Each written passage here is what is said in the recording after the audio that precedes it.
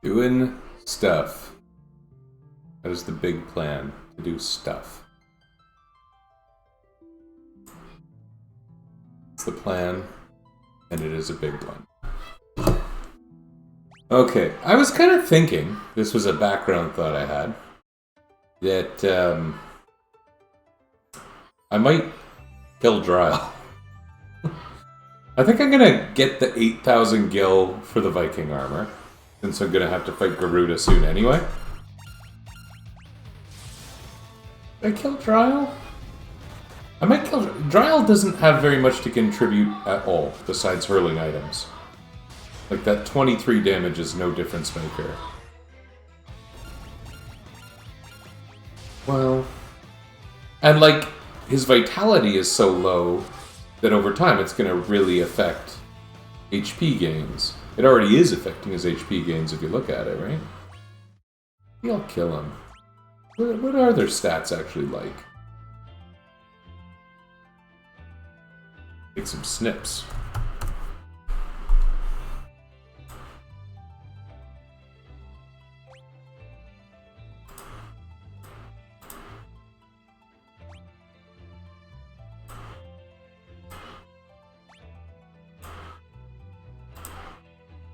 His stats are poor, is what we're learning. They're poor.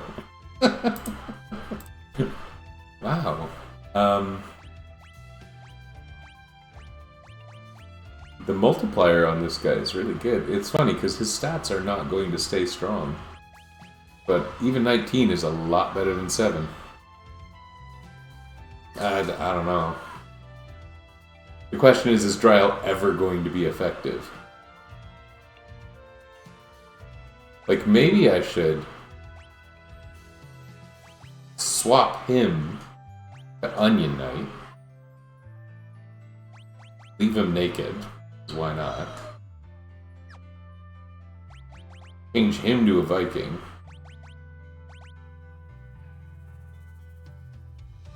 Sure.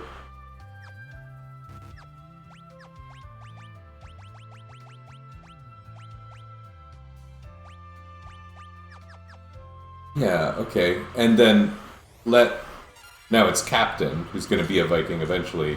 Let them die. Here, attack them.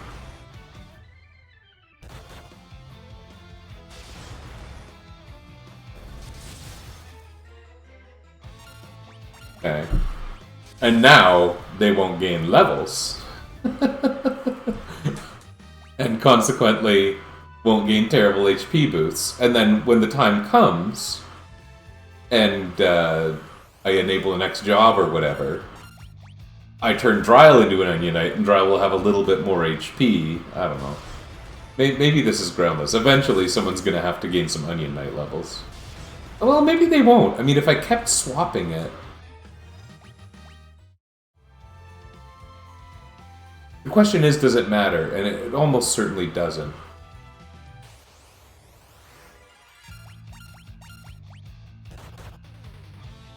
But...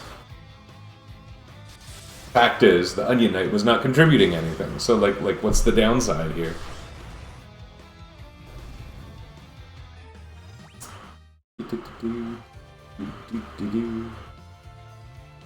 What's next? Some sewers, right? Yeah, I think we'll get that Viking armor, because I don't think elemental armor is going to help us in the near future.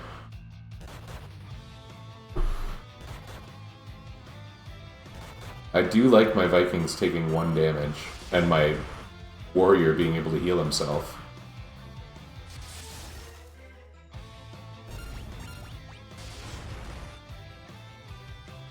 And the Vikings are going to start becoming better on the offense, too, as they gain job levels. Unfortunately, the job levels don't... there's no, like, growth period the way there is in the 3D versions. Like, the job experience follows something of a curve. It's like a... I think it's like your first 10 job levels you gain more quickly or something in the 3D versions.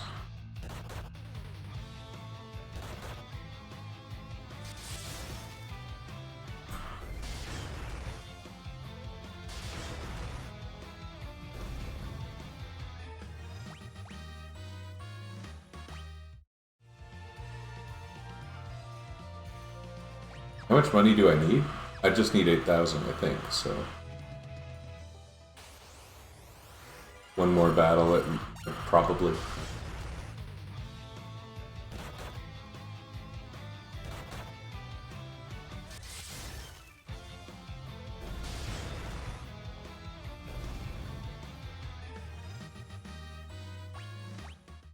Yeah, let's just go. Not lollygag around here. Oh, nice maps. I believe the Viking armor was 8,000.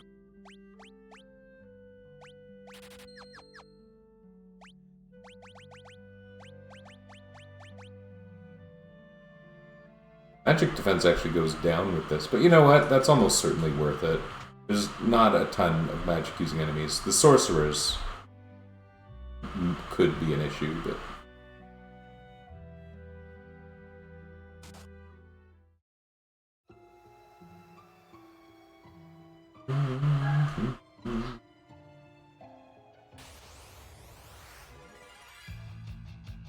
Gwyn Liger. That's what happens when you breed a twin lion with a twin tiger. I learned recently that ligers... I knew ligers were a thing, but apparently like tyons are also a thing. Like breeding the male of one with the female of the other produces a different species. And where ligers are bigger than lions and tigers, with features of both, the opposite species is apparently smaller. This is new information for me. It's exciting. Oh, fellas. Fellows.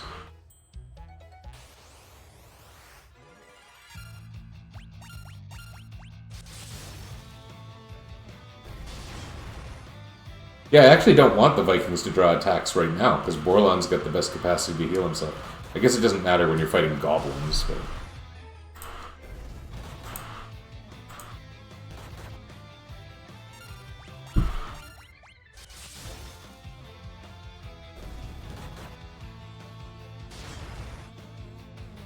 I was thinking, is there a way to accelerate this fight? And I think there sort of is. Because technically, Borlon can do that.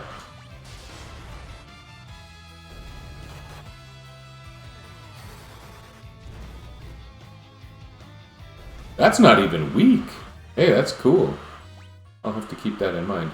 I guess I got rid of my other elemental... Oh no, he's using his other elemental swords.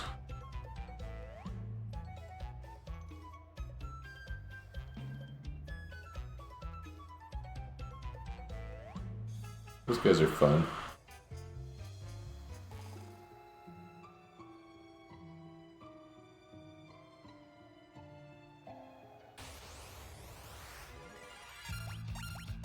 Dark legs. Who hasn't been told that at some point? Every time I look over here, I think I'm looking at the camera, but I'm not, because the camera's up there. I forget why I put the camera up there. It's a better view, really.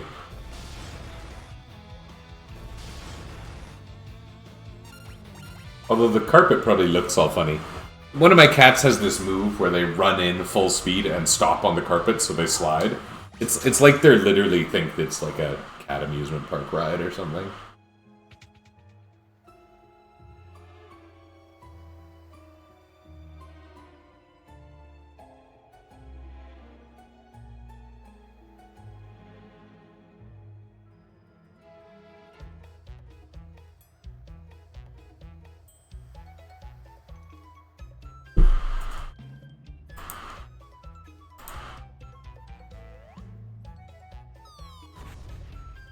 What just happened?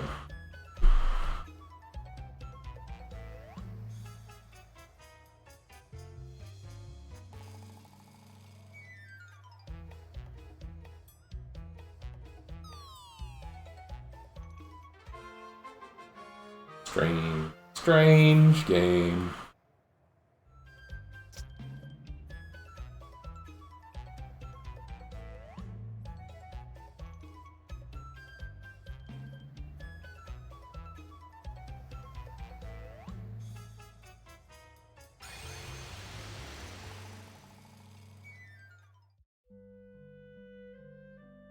Okay, what do I want to do now?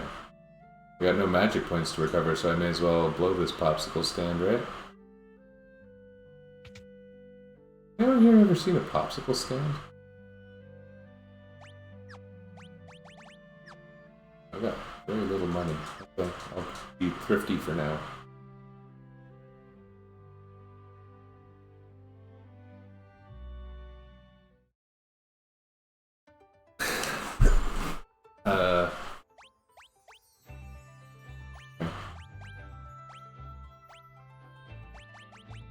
Temple of Water. Okay, I'd forgotten the name of it. Alright, so now I can go and fight Goldar from Mighty Morphin Power Ranger. I just hope he isn't joined by Scorpina.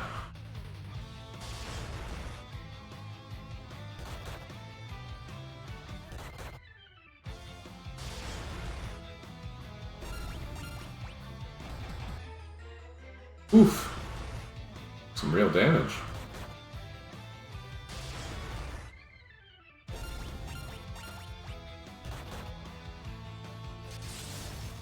Good, I wanted you to heal yourself. Cool. Super great. Fighting enemies here with one character dead. It sort of seems like a bad idea, and yet the Onion Knight sucks. So, what do you do with this information?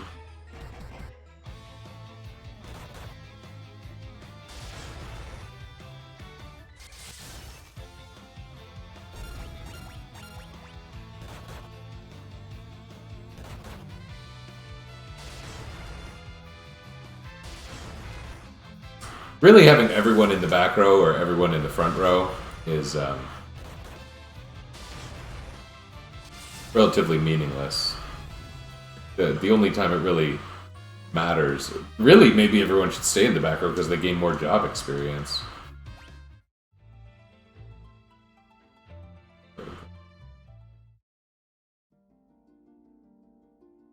Very goldy.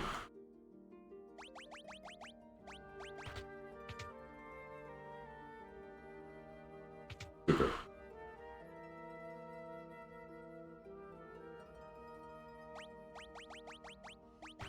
I would kind of bet all of these are locked, and yet I want to check.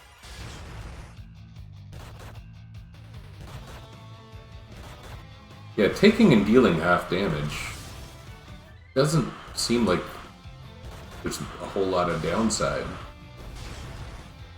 Except that my front row are mostly quite self-sufficient anyway, like they're taking 1 damage or dealing the damage as fast as it happens. I don't remember what's in these doors, so I'm gonna check them all. Oh, lightning damage. Whoa, dear.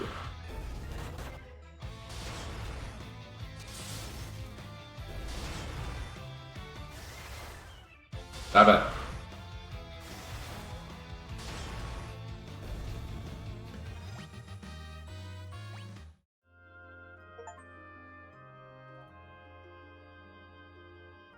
Leveled up one job to level 50, huh?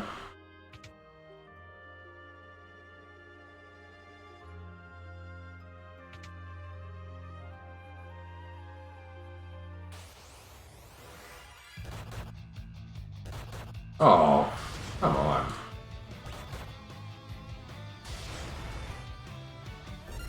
Well, you know what? Let's finish the fight. Because Borlon himself doesn't have the greatest vitality stat in the world. Borlon himself, I say, as if he's like divinity.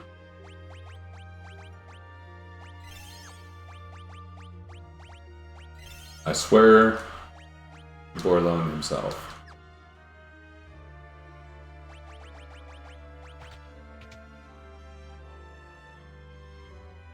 Ah, something. That's good. I'm going to go there, but the main door...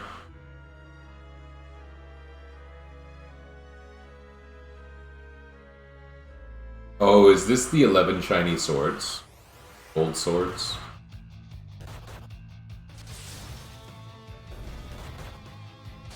Wow, Borlon's damage had a jump.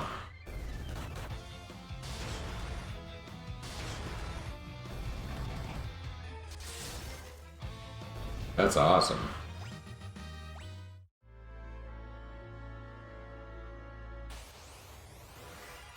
Man, we're gonna be so weak for that endgame. Oh.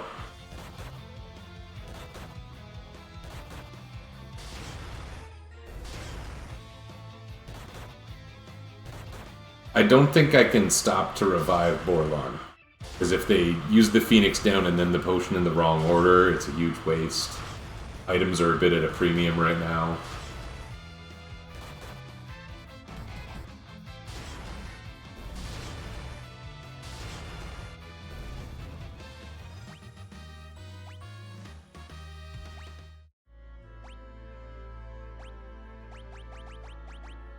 I don't frankly feel great about using Phoenix downs either, but at least they're not as rare as they used to be.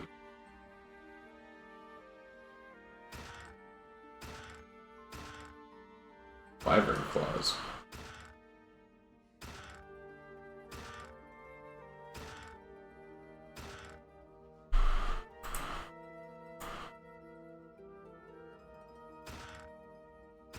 These are a great source of money. They do nothing else, but they're a great source of money.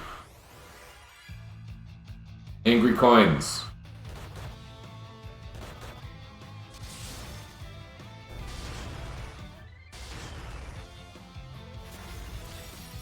Angry coins with magic.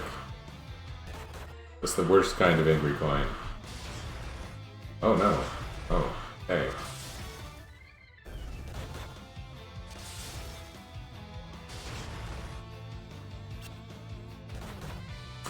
Are these like especially evasive money? How come they don't drop more money?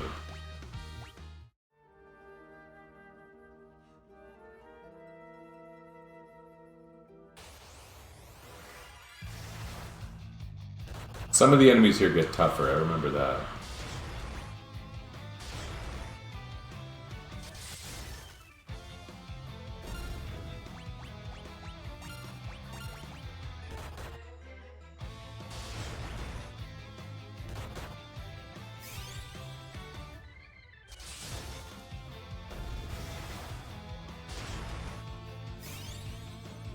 Oh no. Oh, that was a mistake. Auto fight automatically reuses your last action. Lesson learned. I'm still going to use that incorrectly. Yeah, I promise, but...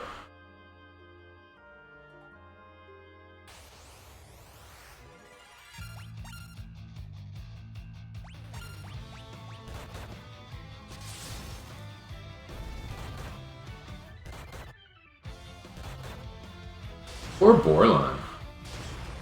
He's not gonna really get a whole lot of armor upgrades for a while, unless this version of the game changes. What's funny is this version of the game does seem to have changed some things, like the fact that Borlon can't use the King Sword, Royal Sword, whatever it's called. That's not the way this normally is. Okay. Those are probably supposed to be more subtle than they appear.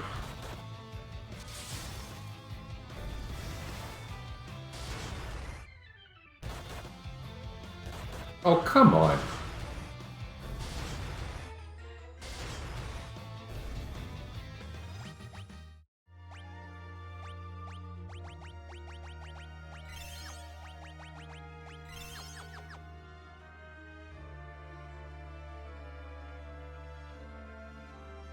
Is this him already?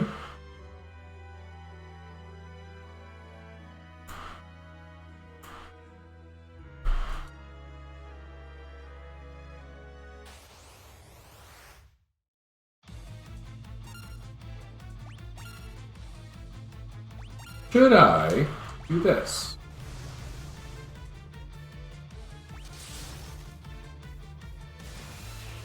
Oh, it doesn't work on magic?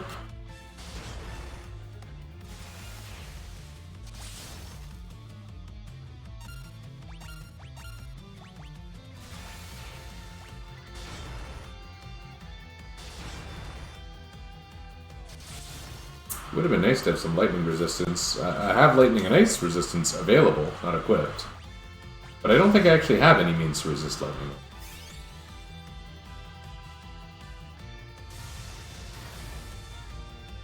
Well, we're gonna win anyway, right?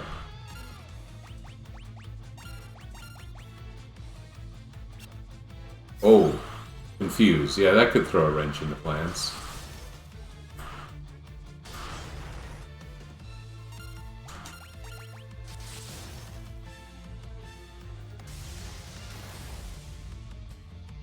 Bakers.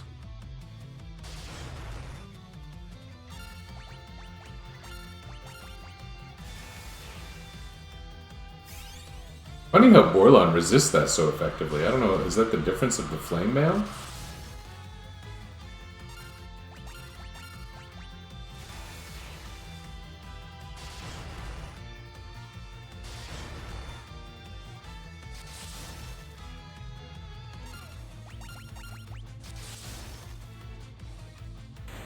Oh, nice.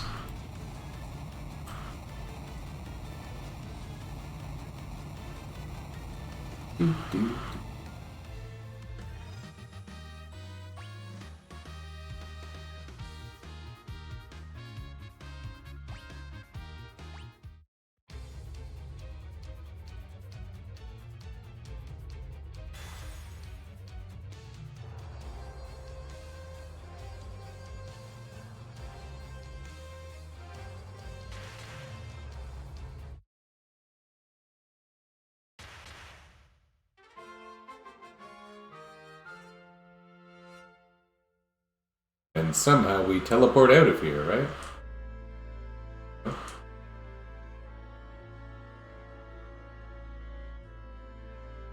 We've been randomly teleported out of dungeons kind of a lot in this game so far.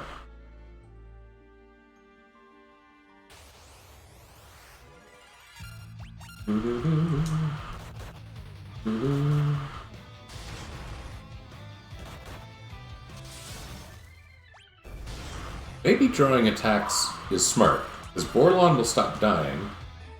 We have more... Oh. I was gonna say, more opportunity to gain job experience anyway.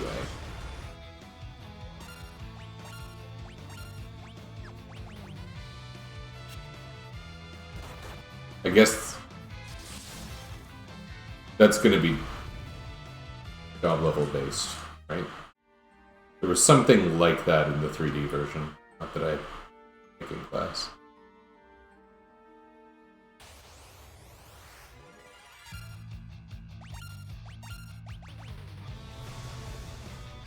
Yeah, okay. Oh, right.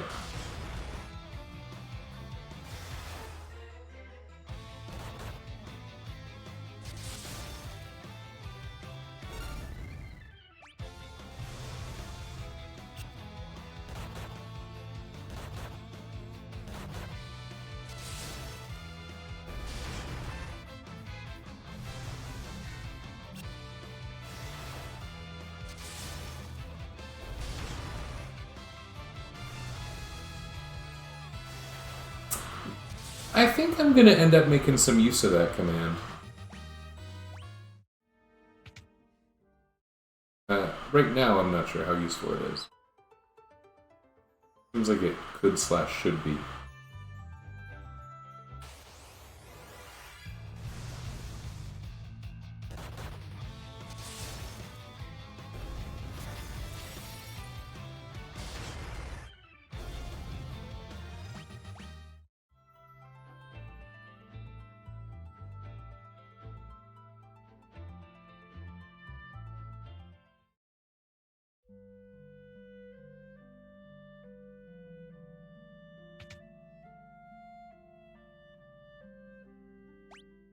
Okay, so I think now is the part where I can go to Saronia and have a bad time.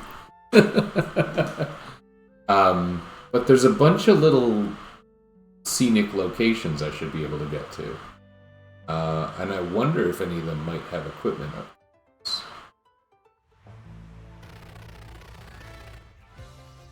So, like, we've been to every location here. Eventually we have to go here, but I don't think we can do anything here yet. Yeah, I remember this-ish. Oh, I didn't remember that. Okay, can't do anything there yet.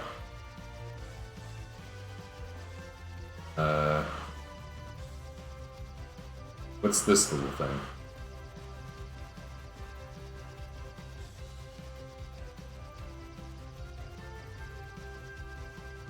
I think this is like a... Is it? Seems familiar to me. I think it's like a marker for when you can go underwater or something. Because this doesn't have anything.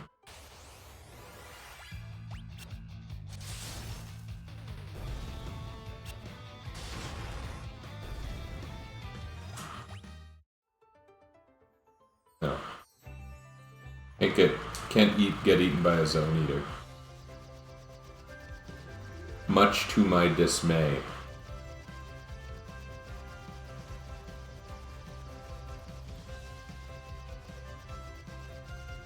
Yeah, you need the invincible to get in there. So what's this one? Okay. Yeah, this is like an outskirty village, which I don't even think has a real purpose. I could be wrong. Duster.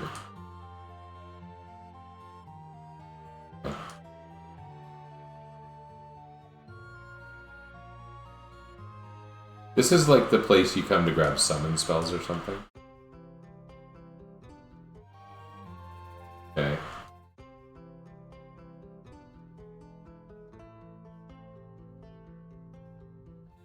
Great song, bro. I don't know what that's about.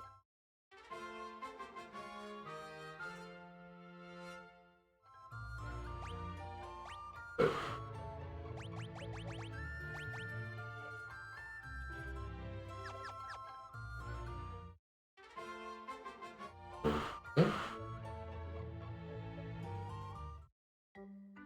yeah. Okay, this is cute but useless.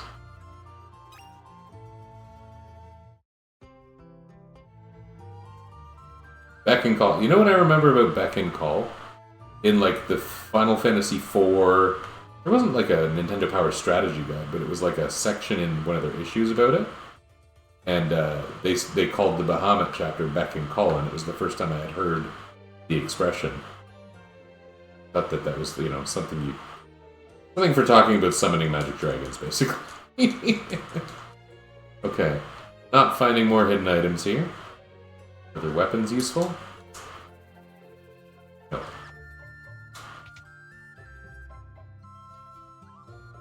Are their armors useful?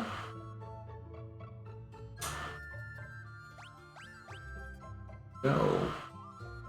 Too bad. That sounds pretty good. I mean, they very likely will be eventually.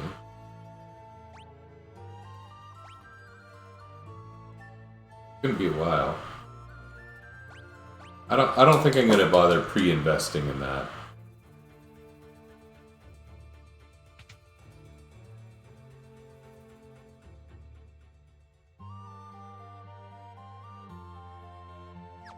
I'm too poor, and I'm waiting for something good to buy. I mean, I'm gonna need money in Saronia. At least I think so. Okay, that was not very helpful.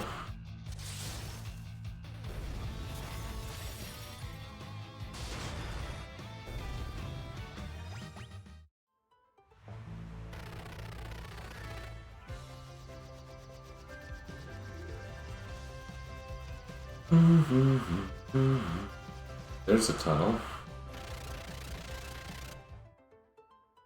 Oh, this is like the ruins you come to with Dune later. Oh. Oh, you need the loot to talk to it. That's fine. Nice to know where that is.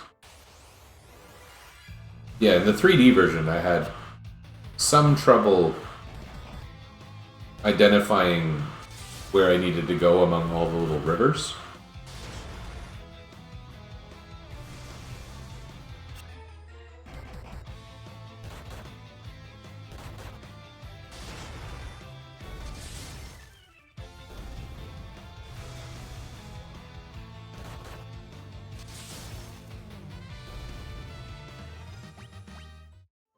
I like this a little bit more withdrawing attacks.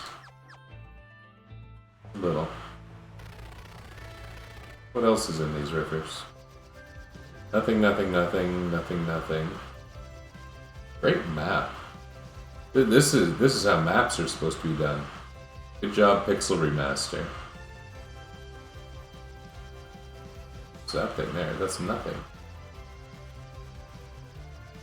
Nothing in the Delta. Don't want to go too close to Saronia yet.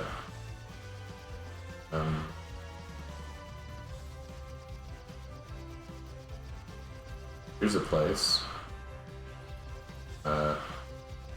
Guess I can get in there. This is probably the place I was thinking of. It's where the guys called Eaters live. And they are problematic because they want to eat me.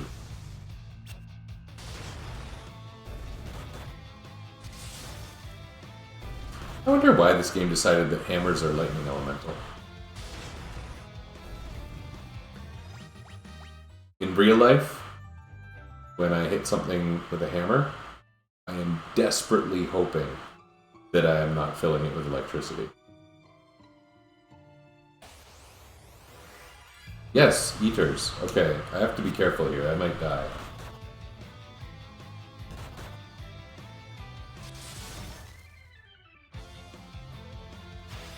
Yeah, I don't think we're cut out for this yet.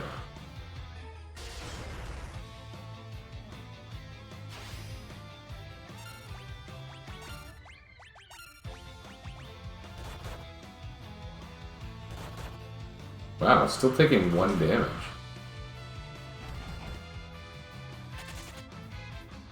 You can go now. You need something? There's just something really funny happening here. Okay, tell me about it later.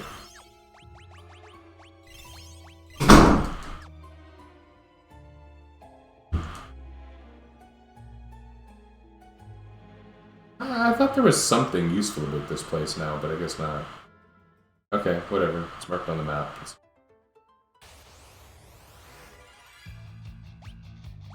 Oops.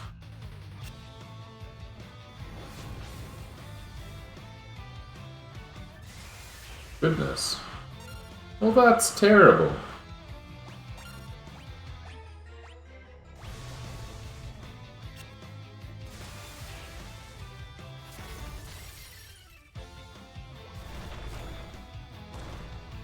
That's not great either.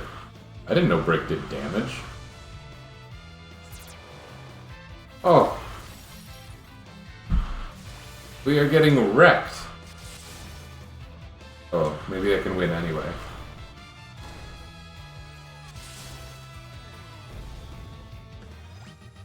Does this game not have, like, tents? I can't believe how many Phoenix did. Can I do this? Is that fair? Just for a second. Where,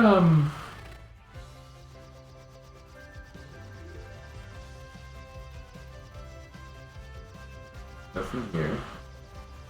This must be... maybe this is the place with the summon magic. Yeah, I think it is. Hopefully they also have a place to revive people.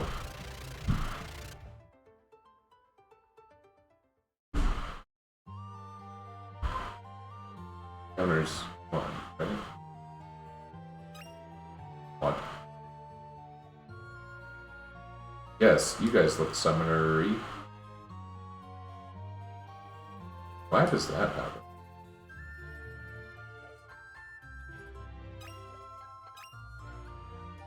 I don't remember what a turtle shell does in this game.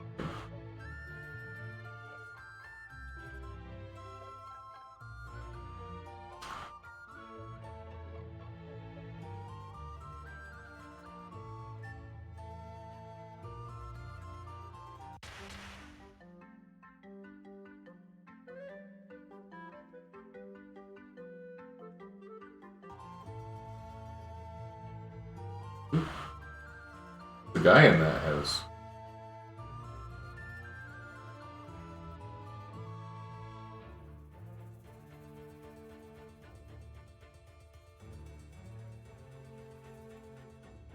Yes, okay.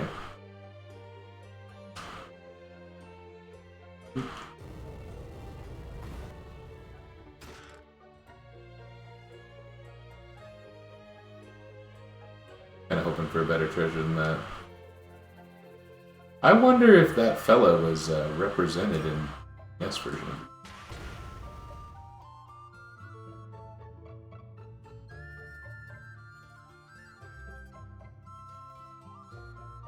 Okay, there are seemingly no revival services here. I may have to spend some money on some healing items.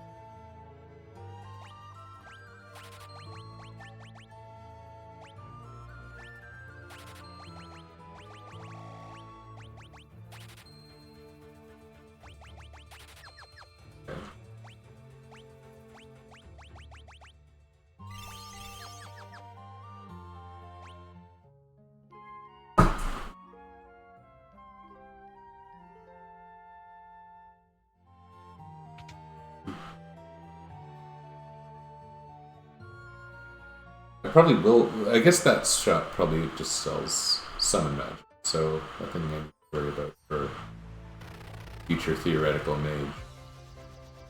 Alright, I could grind a little, which doesn't sound fun. Or I could get shot down. And the question is, will I be high enough level to beat Garuda? Technically I'll have places to rest anyway, so maybe I'll just regress. Look how big Saronia is. It looks cool in this version.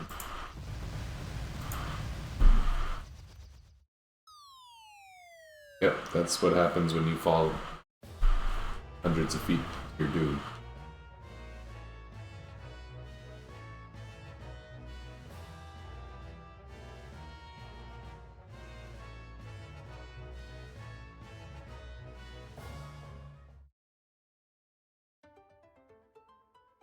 Interesting. I need to remember bottom right is the useful one. The weapon shop is open. What about the random prizes that a person finds?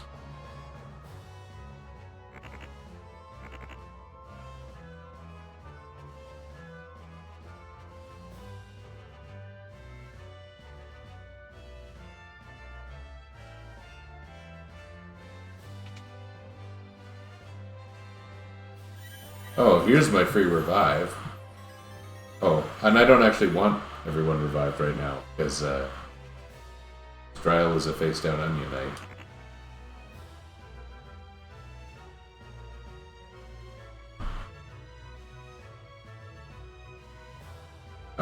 This goes nowhere, right? Yeah, okay.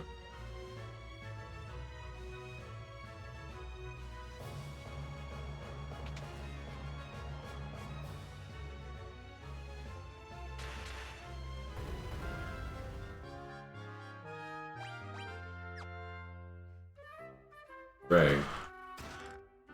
I don't remember this. I think I may have never found this in the 3D version. Maybe I did. Not memorable. Or I didn't. Or there's nothing to remember. I don't know.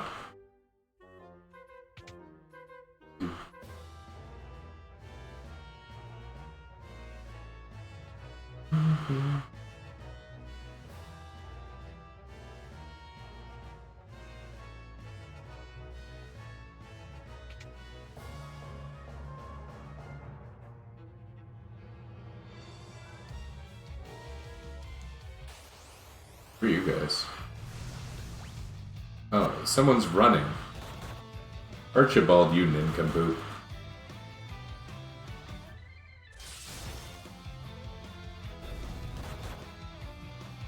Good.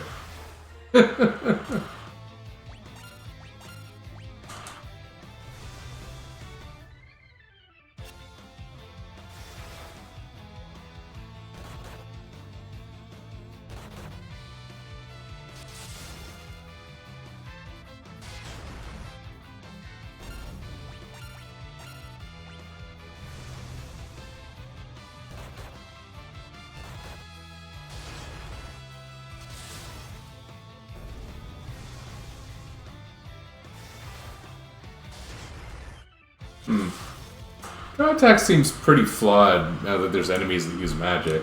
I don't know. But my job levels also feel like they're going up faster.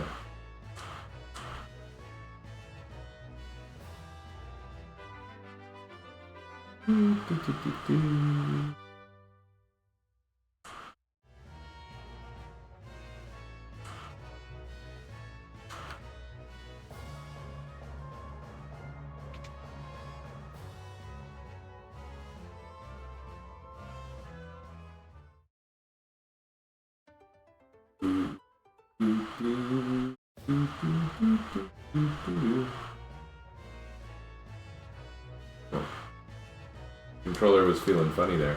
Okay, so I probably can't shop here yet. How much is left after Garuda before I get the next crystal? A fair bit, I think. I gotta do like the Une part, the Dorga part, Doga, whatever he's called now.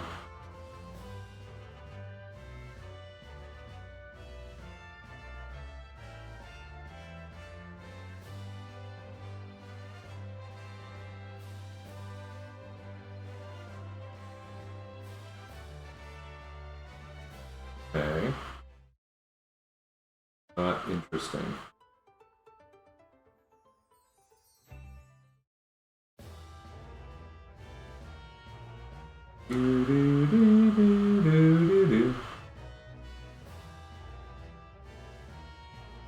Ah, yes. The Royal... what? Really? Funny. Chocobo Stable. Sort of.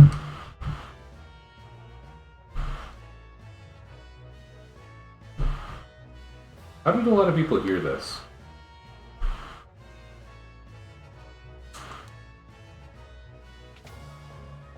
Could he possibly be that person with a crown on his head?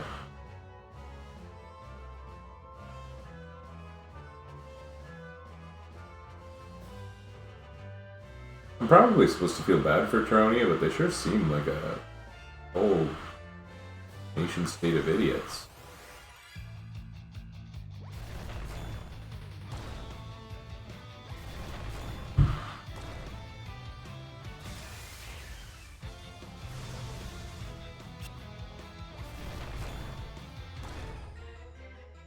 I can't believe how damaging that is.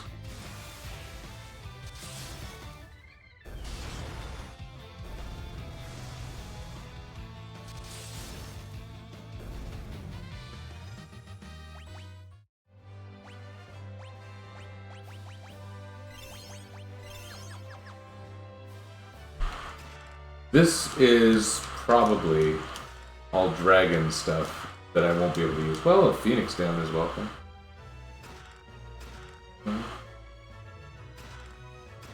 Oh, a second Phoenix down. Yeah, I think the rest of that is garbage for me, unfortunately.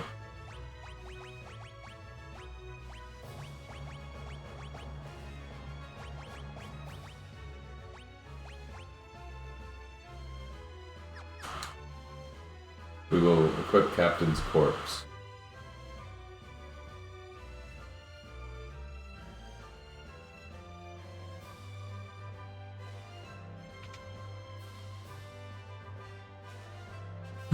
Okay, they told me that the weapons store was still open.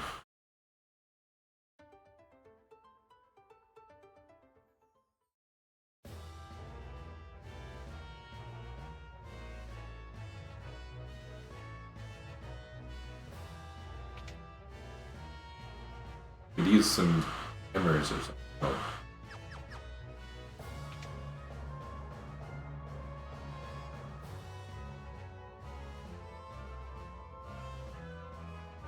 Oh, okay. There's another weapon shop, but we can't use it.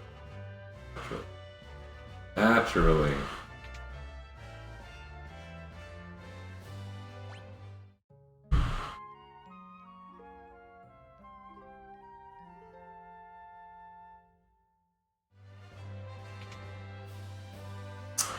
Okay, well, I think we'll take a crack at Garuda. But I am not expecting great things.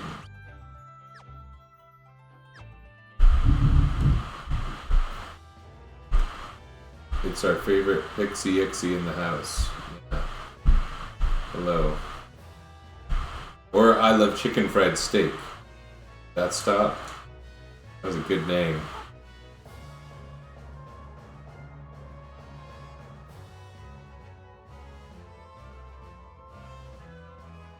I still do. We had a sushi dinner today. I wasn't expecting that. Pretty good.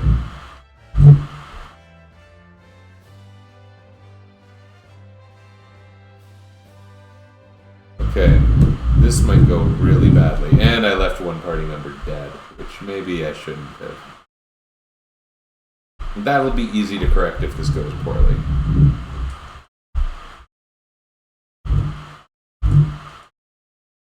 This is the part where, in the 3D version, Art, who is an orphan, starts giving Alice, like, parenting advice or something. It's confounding.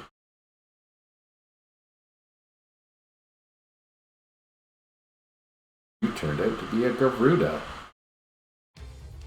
Garuda with a knife.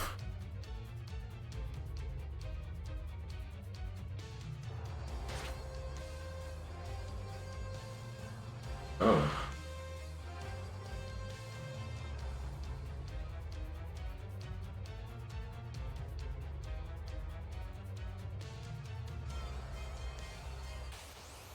Gigamats.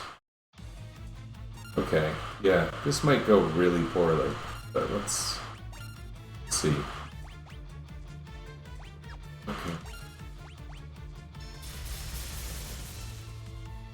Oof! Oh, that's nasty. That's not gonna be okay. Yeah, this sucks. Oh. I can't believe the fighter took that much damage. The Vikings, sure. Oh, man. Oh, that's not cool. Oh, they're dead.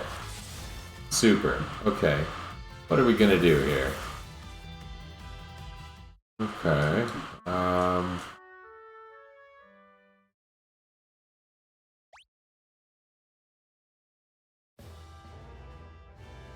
Okay.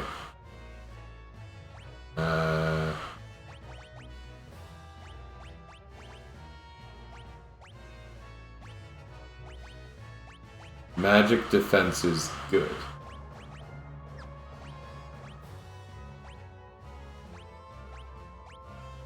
None of these are going to offer any particular advantages. Nothing else is going to offer any particular advantages to him. Although it does explain why he was living.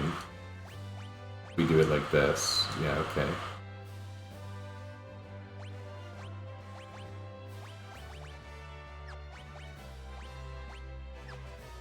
Okay.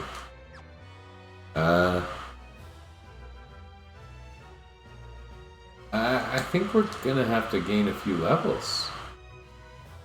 I don't think there's any upgrades available to us. Oh, can we not even leave? That kind of sucks. Alright. So if we want to level, it pretty much has to be in Dragon Tower. Do I love craft dinner? No. Since last we would have been speaking, it turns out I have celiac disease. Which was an unexpected, fun new thing to encounter in adulthood. When did I find that out? That would have been early 2017 is when I actually got the diagnosis. So, technically there is a gluten-free craft dinner available now. I had it for the first time like a week ago. Very exciting. Very exciting. I mean, I guess the answer is yes, but it's challenging.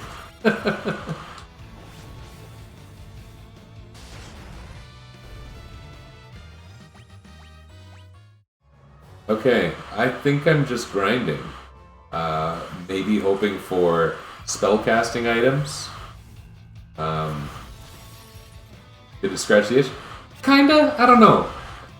So there's another boxed macaroni and cheese product by a company called Annie's, at least here. I don't know if it's available where you live. And I feel like it's better. You have it there? Yeah. I feel like it's better. I mean, when you're buying boxed pasta, are you really gonna get the finest product in the world? I don't know. Yeah, the Annie stuff is good. It mostly scratches the itch for me, I would say. Oddly, every time I get thinking about things I miss in having celiac disease and not eating gluten, is it's so strange. This gets brought up all the time. Hot dogs. Every time I get talking about it, I'm like, I wish I had like a really good hot dog bun. I wish I could go to like a downtown hot dog vendor. Can't do that anymore. That's completely lost for me. And it's something I remember pretty fondly from my young adulthood, is getting a hot dog on the street corner, you know?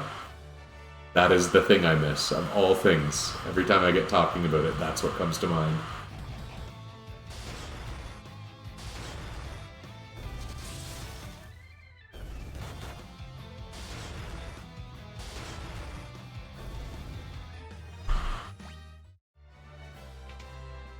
Okay, job levels, good. Levels, good. I don't know how else to prepare for this fight, so I think I'm going to be grinding in the stupid tower until... What cutoff should I give myself? Maybe level 30? Level 30 we try again. And maybe by then, I'll happen into some nice spellcasting item and I can have the stupid onion knight throw that out. One of your best friends does the gluten-free. Yeah, a lot of people... I used to be kind of, like, resentful of the people who are gluten-free by choice. Because a lot of the gluten-free food is less healthy. Sorry, the gluten... Yeah. Gluten-free food is less healthy than the glutinous alternative. Often the binders end up adding quite a bit of calories. It certainly hasn't helped me lose anyway. They're sugarier than you would expect.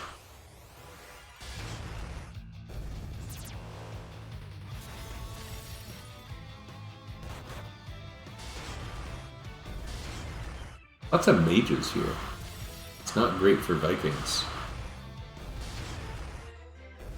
I did just equip worse armor, but it's all magic resistance armor, so I guess that's good. Okay. But now the thing that I find funny about gluten-free eating, like a lot of people say it makes them feel better. I think there's a lot of disorders around it that probably go undiagnosed.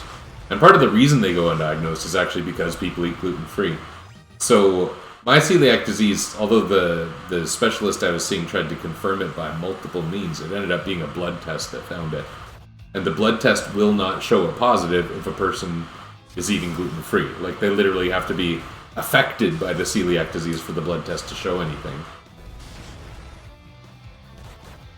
He found out he was allergic. Yeah, okay. Yeah, no kidding. No kidding.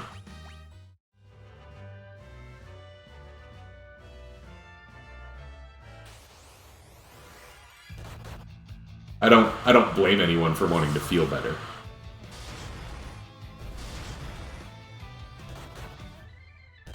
These Vikings sure do take a lot more damage from physical hits, though. When they have their, you know, downgraded but magic-resistant armor. Kitty cat.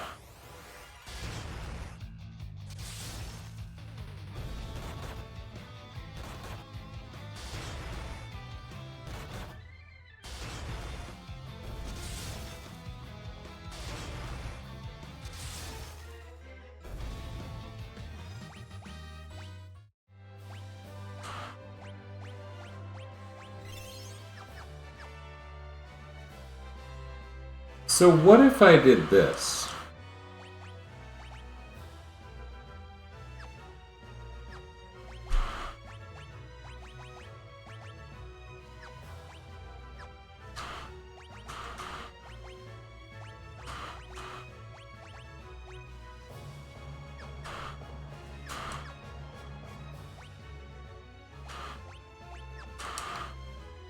And what that does is it'll improve the HP gain that Borlon gets, unless he's dead, which he might be. Yes, he is dead. Oh, he's very nearly dead. That's preferable. Look at these hit points. This is just wonderful.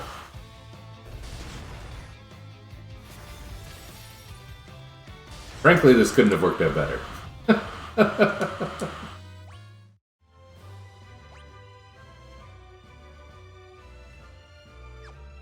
Okay. Took him so long to figure it out, and honestly, Charlotte having issues since then. Mine were, like, new. Like, mine was basically one of those things where I was an adult. I had a short, very stressful period in my life.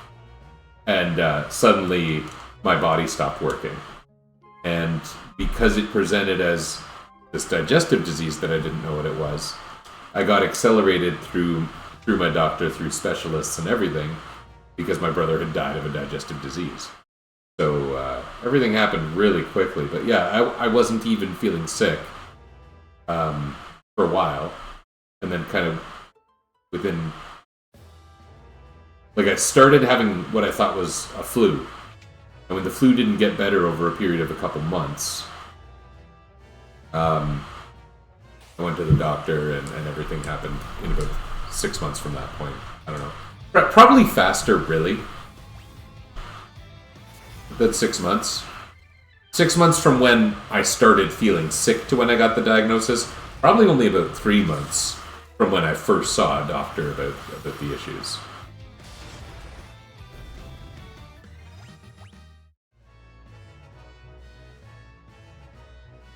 Dancing with the Prince. I know you said you went back.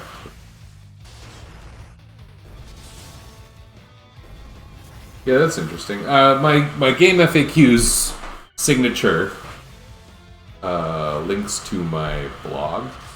I think I used to maybe have a link to my Twitch. I don't remember. But I probably did for a time. I don't... My motivation in using Twitch is much... Although I like playing a good game and discussing it. My motivation is much more... If I'm doing a weird variant playthrough, which is what I tend to do...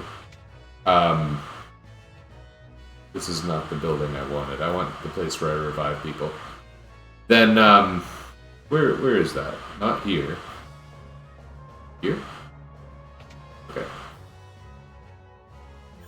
If I'm doing a weird variant playthrough, I want to document it, and it's kind of a lot easier than recording locally to record on Twitch and export. Weird, but kind of saves hard drive space and time and effort, so why not? But every so often I get a good conversation going. People from the communities you and I run in don't usually visit me.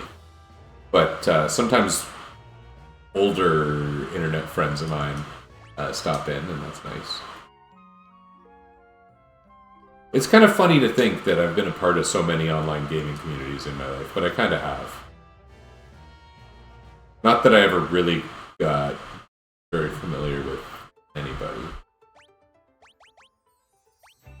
So you said a lot healthier.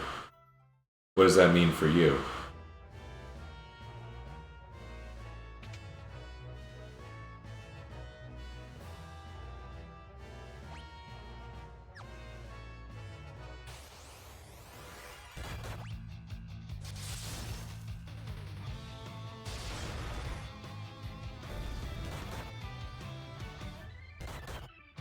Oh, he's straight up petrified. That sucks.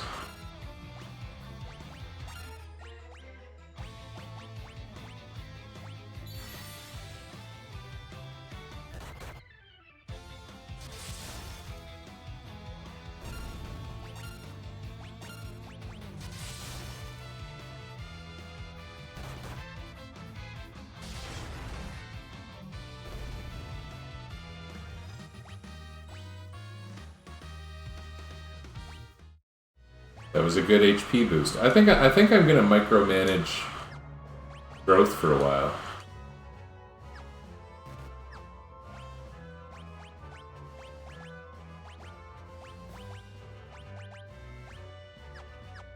Which, in a way, sucks. But maybe it'll feel worth it in a while.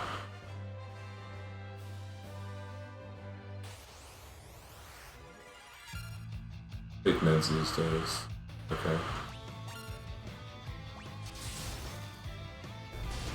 Baby steps. Yeah, that's good. Normal. It's an idea I've been thinking about a lot lately, is normalcy. Because I am increasingly thinking, although it's nice for us to know how we're not normal, I don't believe that anyone's normal. And if you, I think of like, what's the most normal person I could possibly imagine? And I don't know if I can think of a normal person. And if they are normal, it's probably weird that they're normal. So it happens that I'm taking a diversity-focused course right now as kind of a professional development thing I'm doing. And ironically, this calendar year, multiple people close to me have been diagnosed with autism. I've talked before about my oldest son having an autism diagnosis. He's talked about it on his YouTube channel and everything too. And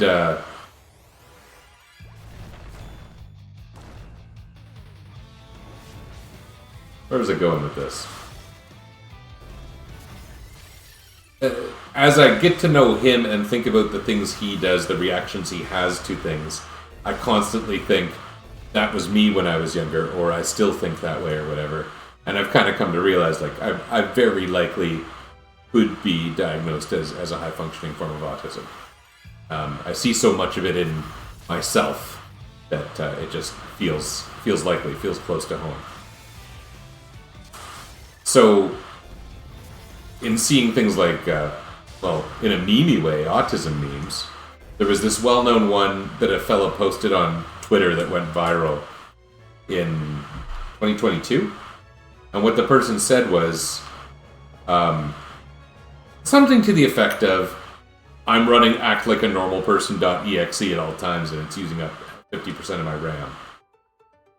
And I thought that was so hilarious. Just the things you're doing to process to fit into the context you think you have to belong to in society, you're running a lot of background processing, and that makes it harder to be, you know, what you think you're expected to be. And you need to be that for, you know, you need to communicate effectively, you need to do things to fit into a society, if that means doing your job or whatever it is. But then, in this diversity course, I was watching this video presented by a non-binary person, and they started talking about the psychic energy that they're expending just to fit in certain contexts to make sure their voice is heard. Because if they're too far out there, people are going to focus on the things that are out there instead of the things they're saying. And then, you know, there's a whole message about just treat me like a person first and all that. That may or may not have been the point. But when they talked about expending that psychic energy, I was just thinking, you know, basically anyone has their own form of background processing happening. Everyone, if we've got a shared context, a way we're trying to exist and communicate and prosper, whatever we think that means, we've all got those background processes running so that we can be accepted in the way we want to for what we're doing, right? Sometimes that fails. But everyone's got those processes happening, and, you know, for the type of work I'm doing that's kind of education focused, we'll say,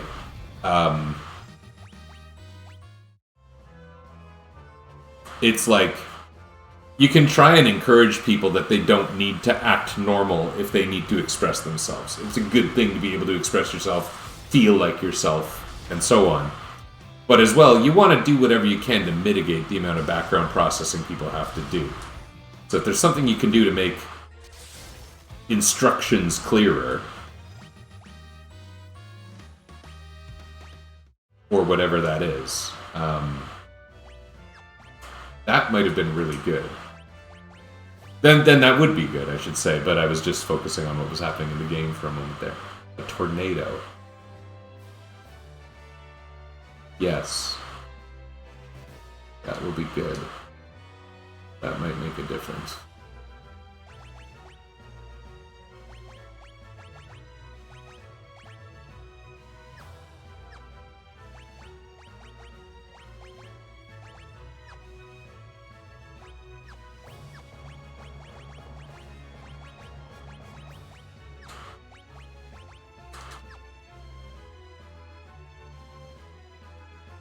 Cousin who had ADHD had to point out to him that he did, yeah.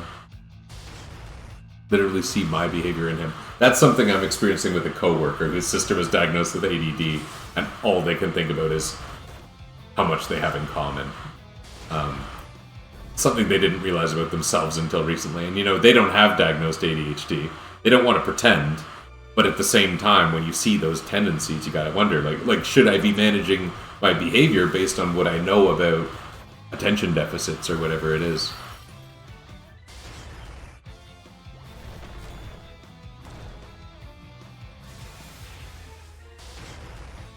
And again, the idea that someone would have to manage their behavior sounds kind of sad. But, like, it's necessary for people to function. There are things you have to do because we have to share context, we have to have pathways to useful communication. If you're thinking about what would happen if you were stuck in a room, like in a Saw movie or something, which I haven't really watched, but I'm just thinking of the scenario, with someone who didn't speak the same language as you, you would eventually need to find means to communicate with that person. Hopefully we're not talking about a Saw scenario. I don't think those are very realistic anyway. But, you know, you would work to find a means to communicate with someone who you had nothing in common with. And what you want to say isn't the important part. The way you find to communicate with each other is the important part. And you could say the same thing about someone else who just, the way they think is different from you, the things they have to cope with. And when I talk about the people doing background processing, it's so many things. It can be people with injuries, it can be people with developmental differences, it could be people from other cultures, people learning languages, recovering addicts. There's so many reasons that people would need to adapt the way they present and communicate to function depending on the context in which they feel they need to function. We're all trying to agree with some aspect of society, for better or for worse. And I just kind of realized, like I was thinking of it from the context of autism, but the fact is, it's everybody.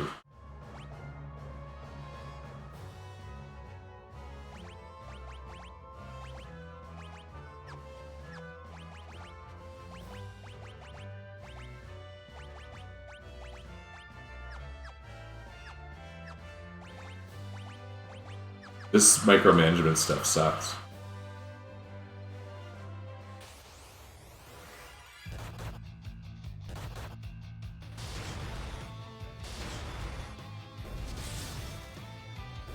And the things I'm saying, it's not to minimize specific individuals' experiences or say that some people don't have things harder than others. I wouldn't try to suggest that either. Just that everyone is running Act Like People Expect.exe.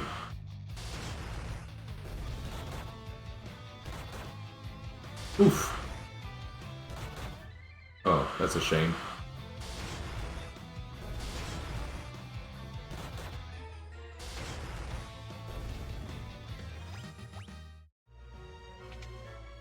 I don't want to waste more items. Phoenix Downs are so expensive in this game. And I don't hate that. I make it sound like a snarly tone. But if you got the power to revive people on a whim, yeah, you can charge $1,000 for that.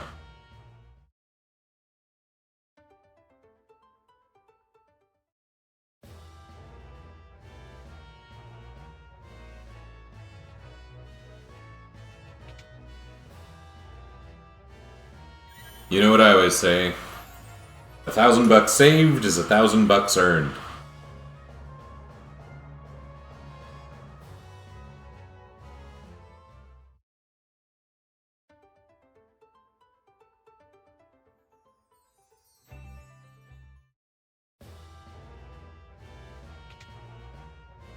Speaking of $1,000, I'm probably making pretty good money off this.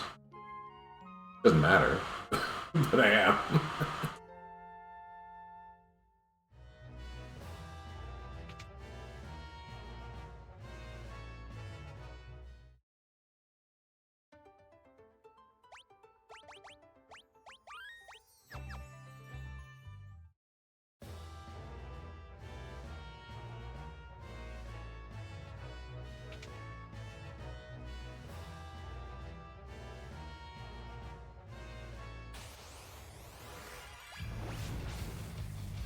Oops, I forgot the captain's alive now. Oh well, that won't last long.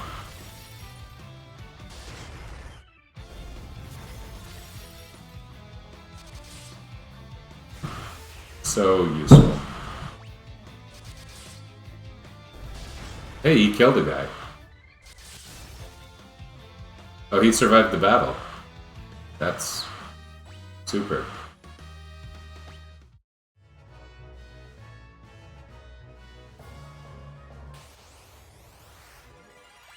Captain has the most Viking-y name. Eventually, he will be the official Viking.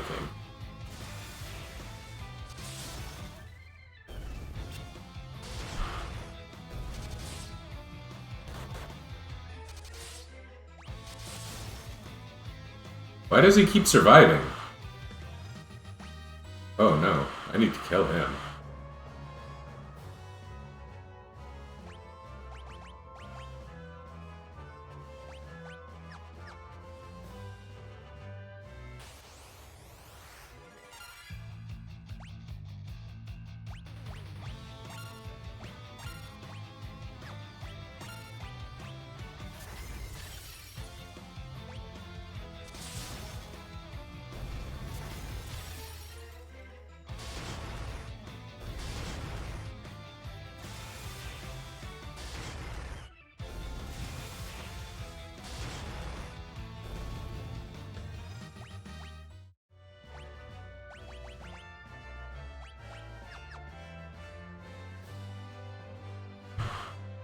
How long have I been on Twitch? I'm not regular by any means, but in terms of how long I've actually been doing this, it was 2016 or so, 2017 when I did it for the first time. It was a good long time ago. I had a colleague who was talking about it, and I thought that's a good idea. At the time, it was quite funny. My first couple streams, I got saved videos of them because of what I was doing, which was a Final Fantasy 1 thing, and I was like literally using like a terrible laptop, literally on my lap, with no audio hardware of any kind, and it just sounded like grindy noise instead of talking. It was so bad. Yeah. Yeah, my first thing I did on Twitch was Final Fantasy I think it was the run where I said, everyone make a rule, everyone ban something, and I'll just play using everybody's rules at once. It was quite novel. And then I did one that was all the most classic jobs. And that's something I've done on many Final Fantasy games now, is playing with a party of Knight, Thief, White Mage, Black Mage as strictly as possible.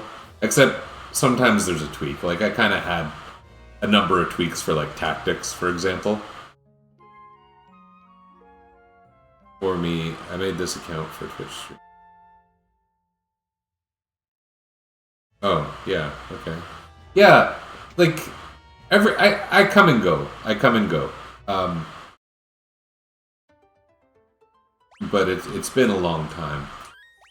I have an okay setup for it. Not that that's especially hard.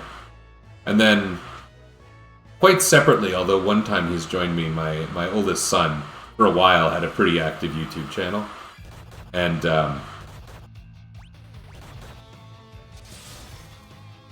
on one or two occasions, he's streamed something with me. And that's interesting. Like, I use a desktop microphone now. It's not especially good. You can probably tell.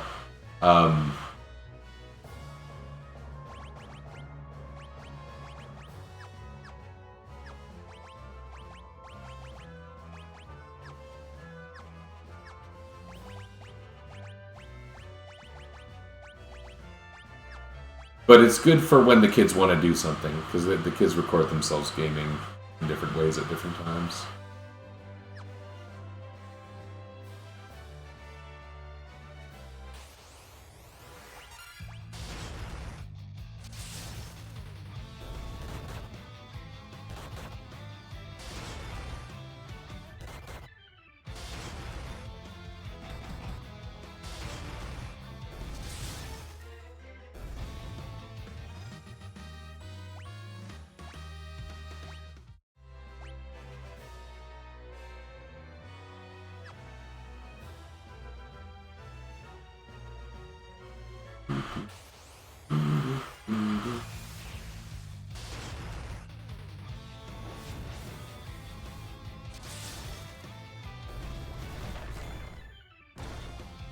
Boy, Break is a nasty spell in this game. I don't remember it being good. I don't remember taking a lot of damage from it. I thought it was strictly a status spell. I wonder if that might be new for the version or something.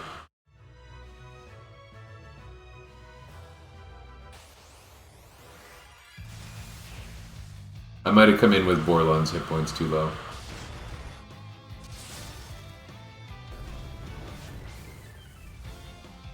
Or maybe Dryle's hit points are too low. Yeah, a little. Oh my goodness. Alright.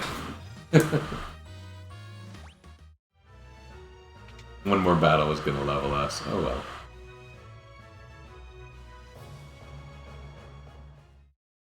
Speaking of boredom,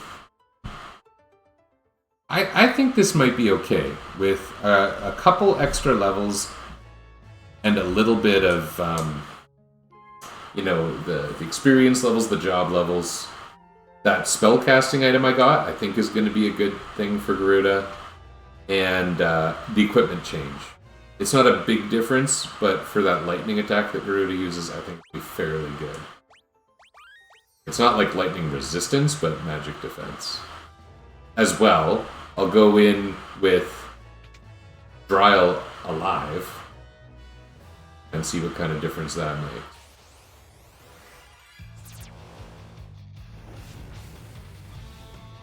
Who has the most levels in Onion Knight? Probably Dryle. So, if I use the other three as actual warriors and Dryle as an Onion Knight, Dryle might have better damage? I don't know. We'll see.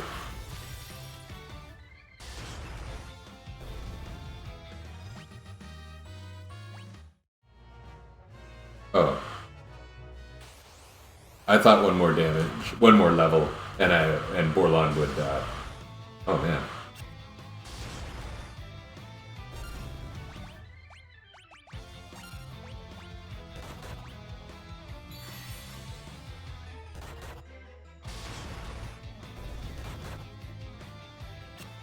Oh, crap. It's dumb. Alright. But it turns out the experience you gain after battle is the value before it is divided among the party members.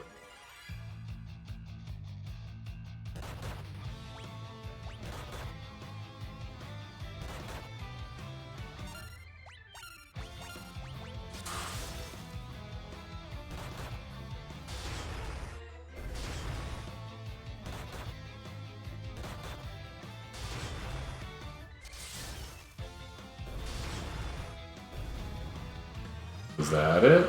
No, not quite.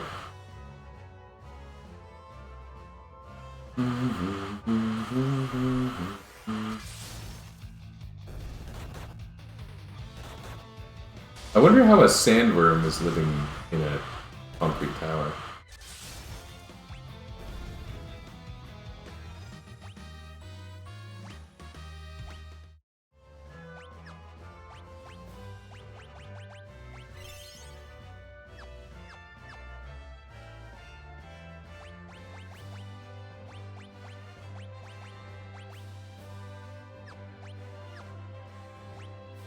Oops.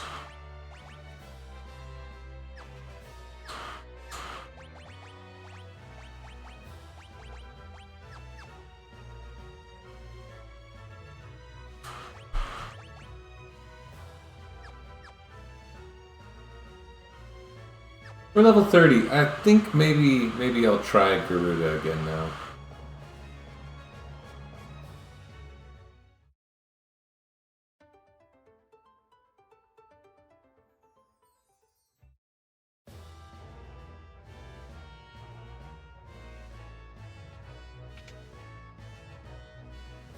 I wonder if my stupid lame character is going to be able to survive a single round. Okay, I'm going to need to redo their jobs. So, Archibald here is level 50 warrior, level 28 Viking. This guy's level 66 warrior, level 6 Viking. So, Borlon can stay as a warrior. Dryle is, unfortunately, my best leveled Onion Knight, I think.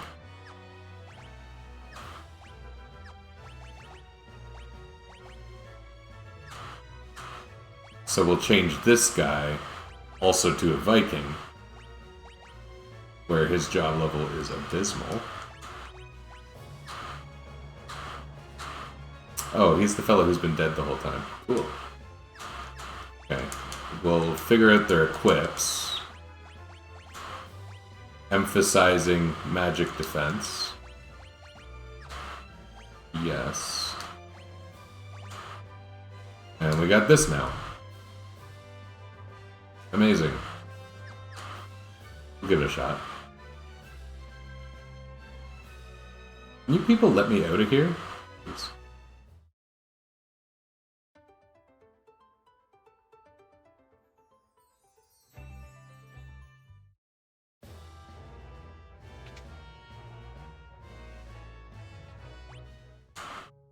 I don't know if this is going to be way better or not.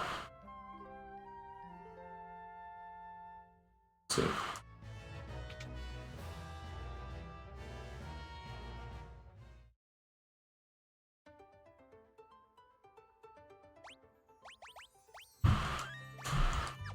There's something to be said for my preparation here, I think.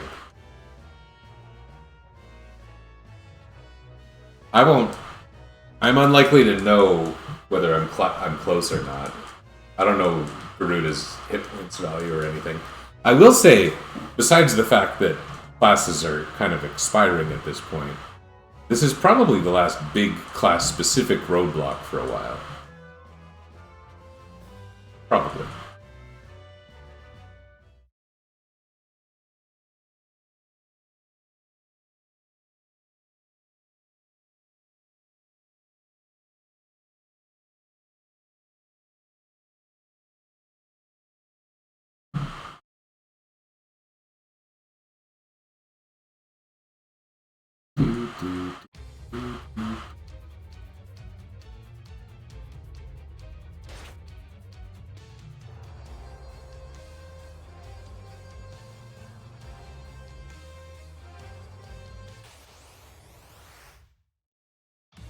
Giggle nuts.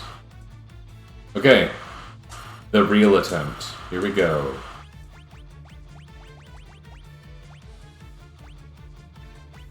Do I have any other good items? That's interesting. I don't know if it'll work here.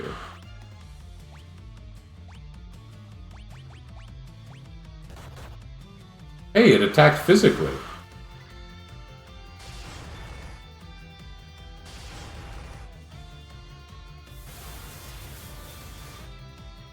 Oh, yeah, that's a big difference. Probably not enough to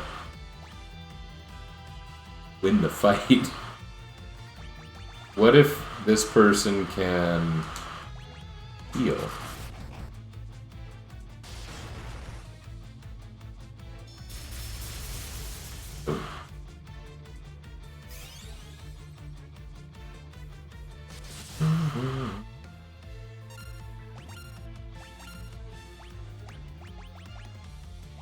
Could this make sense? Let's try. Why not? This is kind of a push anyway. See what you can do.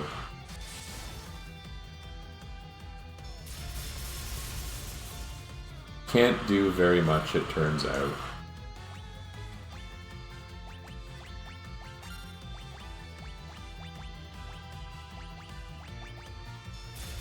Uh-oh.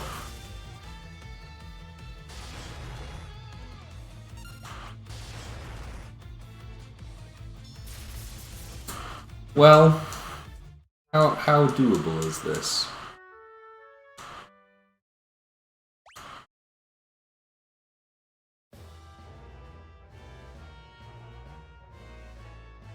What does that magic barrier thing do? Like, if I could cut the damage from lightning by half, that might be pretty great.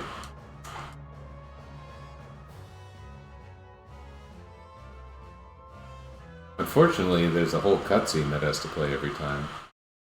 I don't know how many more levels I would have to do to make this viable. Maybe if the low-level character got prepped up to act more like the big boys.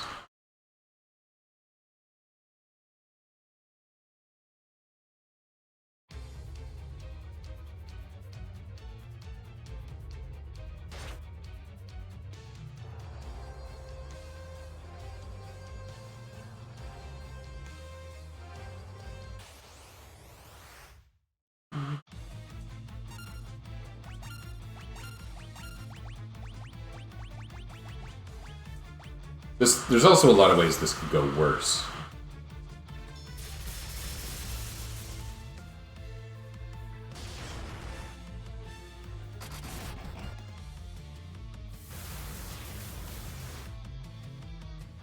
Okay, that did similar damage. I don't know why it wouldn't, but it did.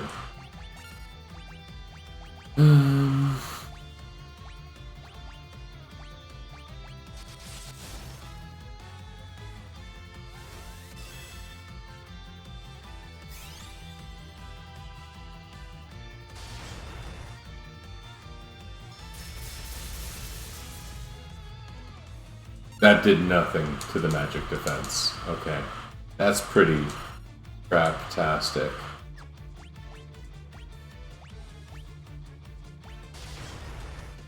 Oh, it's the protect status effect is what happened, apparently.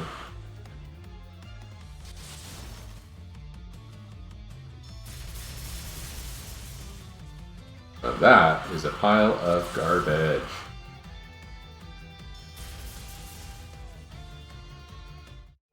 Okay. We learned something. We learned something. Would like 2 more levels make a difference?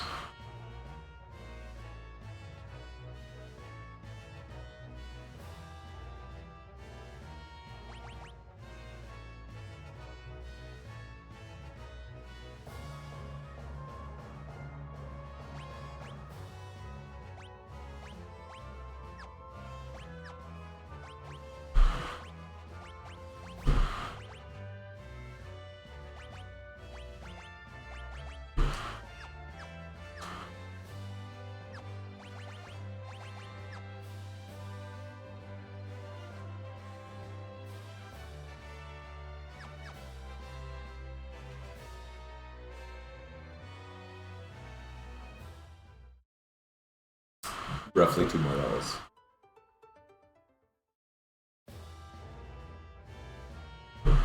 Magic the Gathering, the arena, eh?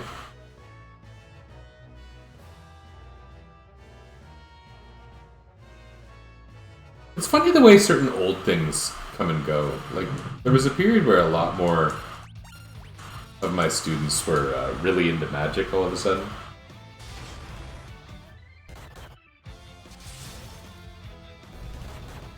I think it's funny the way people come and go from RuneScape. Blows my mind sometimes. Oh.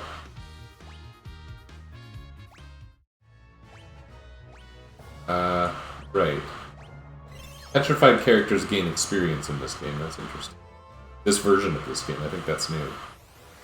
Not that you would have a whole lot of opportunity to observe it otherwise.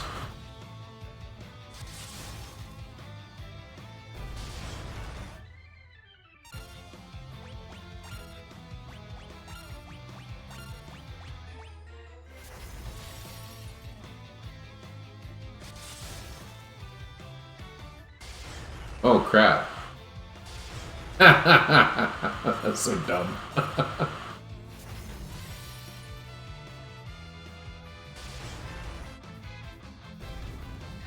How old are the offspring? Yeah, I often think about the information about my kids I say online, even though no one watches.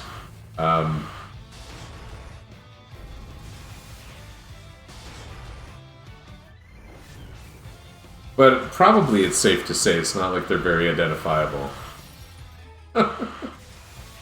They are 8, 10, and 12 right now.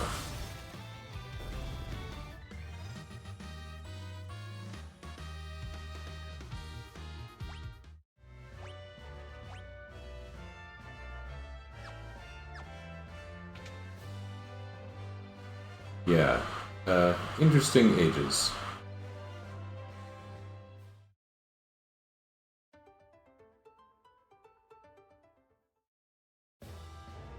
Interesting people. It's quite fun seeing them grow up. It's funny, you know, 3 people with the same upbringing, same privilege level, same genetics, more or less. And they just have such different personalities. Such different people.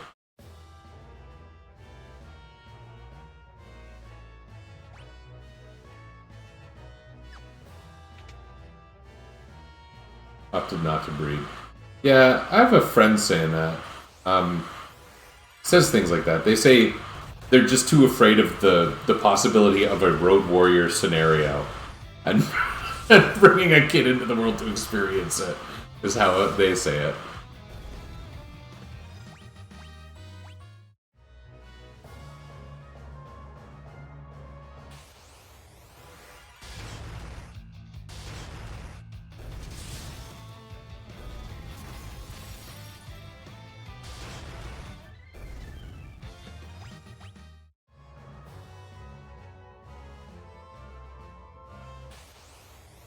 Yeah, you probably only had the one. Or I probably only had the one.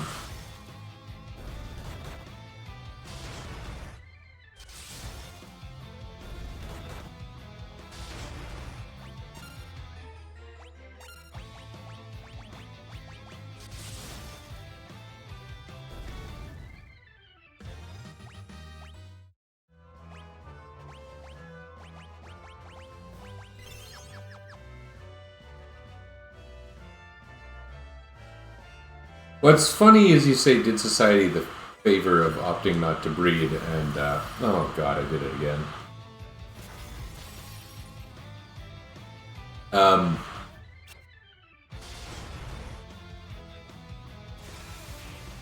There are a lot of people you wish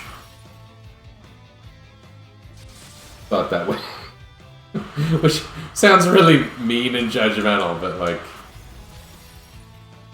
you know, there are worse parts of society that just keep growing.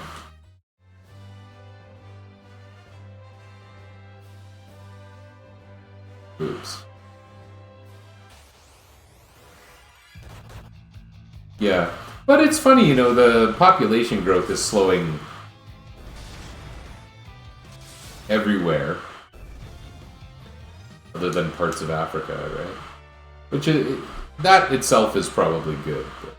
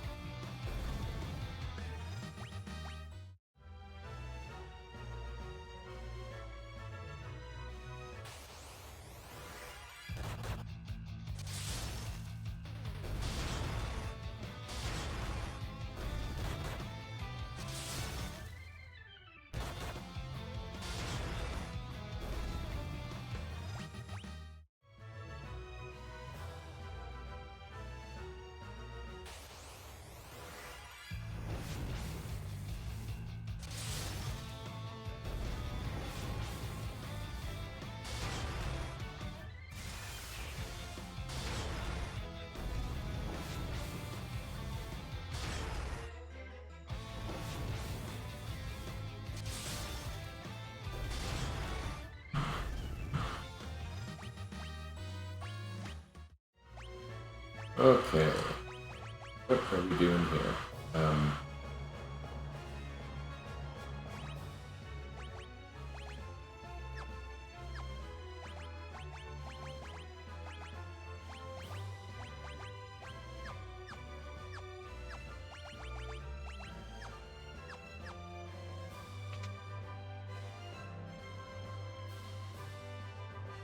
I haven't noticed anything specific about how the experience curve is working. Like, the one fellow is a few levels behind the others, but it doesn't seem like his experience needed is drastically less. I don't know, I only started killing off the wheat character at the start of today, so... live vicariously through my friends' kids, yeah. Well, that's special, you know, if you like kids and you don't have kids, you're able to have the kind of energy adults wish they had for their kids. I think it's neat when kids have other preferred adults. Not that I want my kids to, like, not like me as a parent or whatever, but I do think it's cool when they have special relationships with adults. Not in a gross way. Why would anyone think that?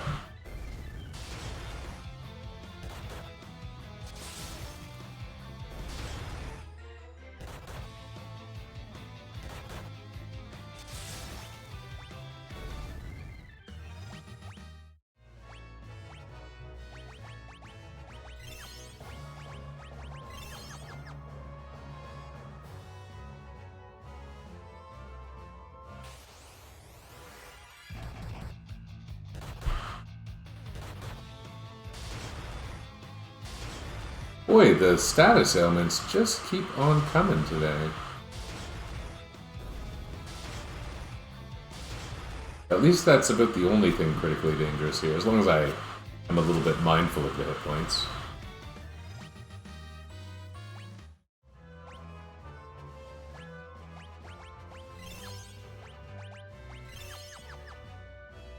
I really did end up with a lot of gold.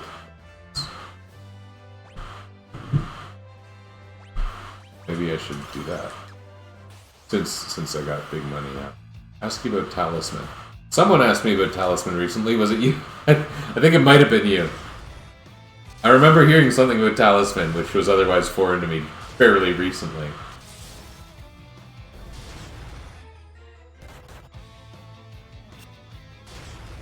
Is that the thing that you said is like a board game?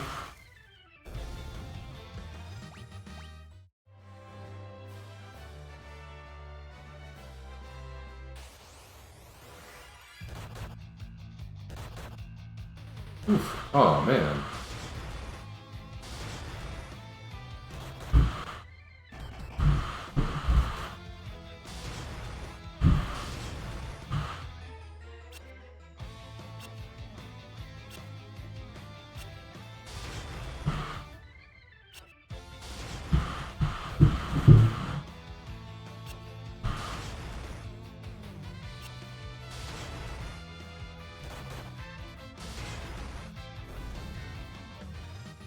Base as long as the host owns the expansions. Yeah, I think when you started talking about it, I talked about Gloomhaven, which is also an adaptation of a board game and fairly board game-like, although it's quite convenient playing it on Steam because it's got about 8 billion pieces. And I don't remember how the expansion plays on that, but it's definitely not free. Now, the actual board game is one of those board games that's like really, really expensive, and it's a gigantic box.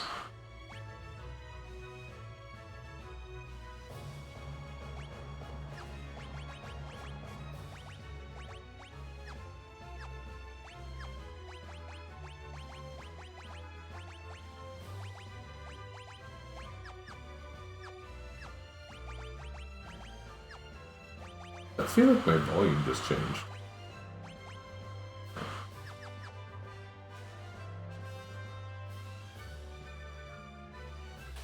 Yeah, it's enormous. It was really fun to play in COVID times with some friends live. We were kind of bubbling, like that was my first dabbling with people outside my family in a long time, was getting together for Gloomhaven. I like that a lot. And you know, it's one of those things where probably my personal memories with it are going to be the thing that colors my my opinion of the experience. We had drinks, we had fun.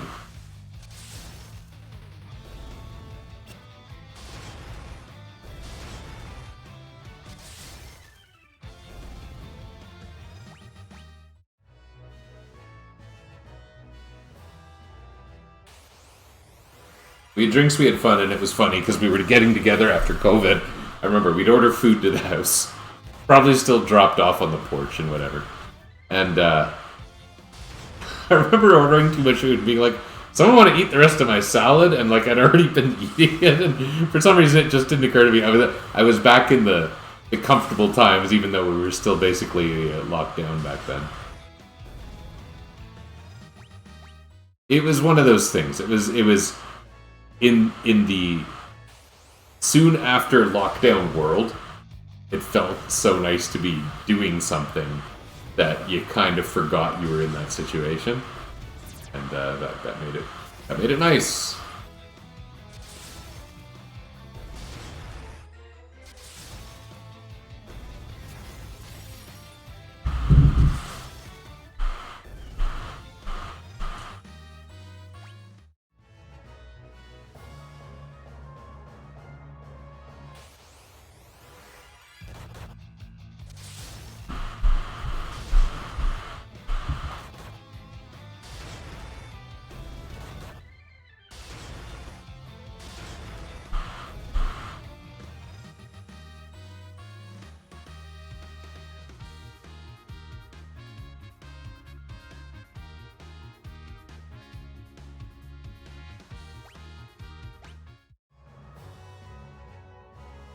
Got a job during COVID.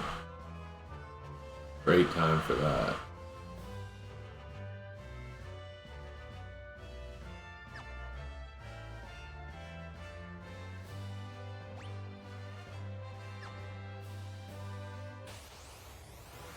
That's when you started streaming. Secondary source of income, right? The big bucks on stream. There was a time when I started to get a little bit regular at this, and I, had some followers. People would come in and see how my progress was going on, whatever I was doing.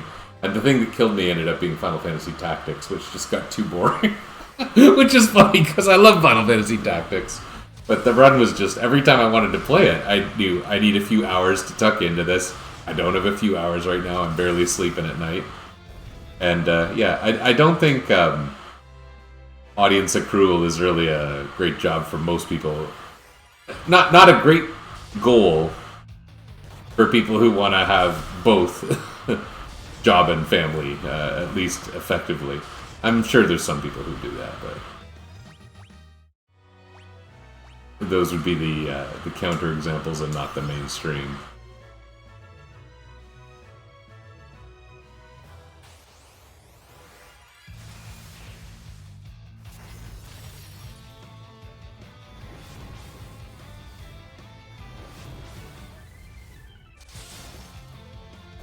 Some of these battles are just way more deadly than others.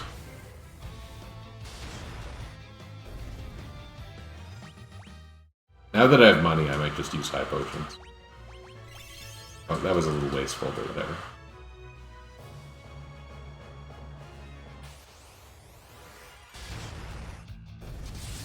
Around retro, or around into retro. Yeah. But what is there besides playing a game and talking to your chat? Right?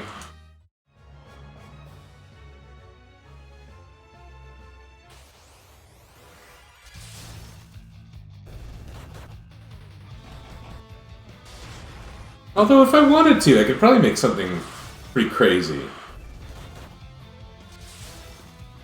The types of things that a few mainstream people do, where they write like a script that interacts with their chat, that's well in my wheelhouse. I just don't have the time or the social aptitude to make things like that happen.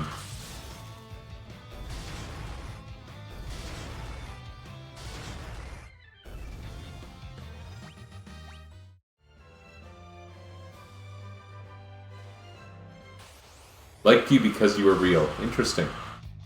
Yeah. But yeah, people get sick of streamers back with fucking more or less. Yeah.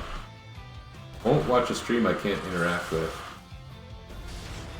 Well, I mean, a stream you can't interact with. There's lots of alternatives for that, right?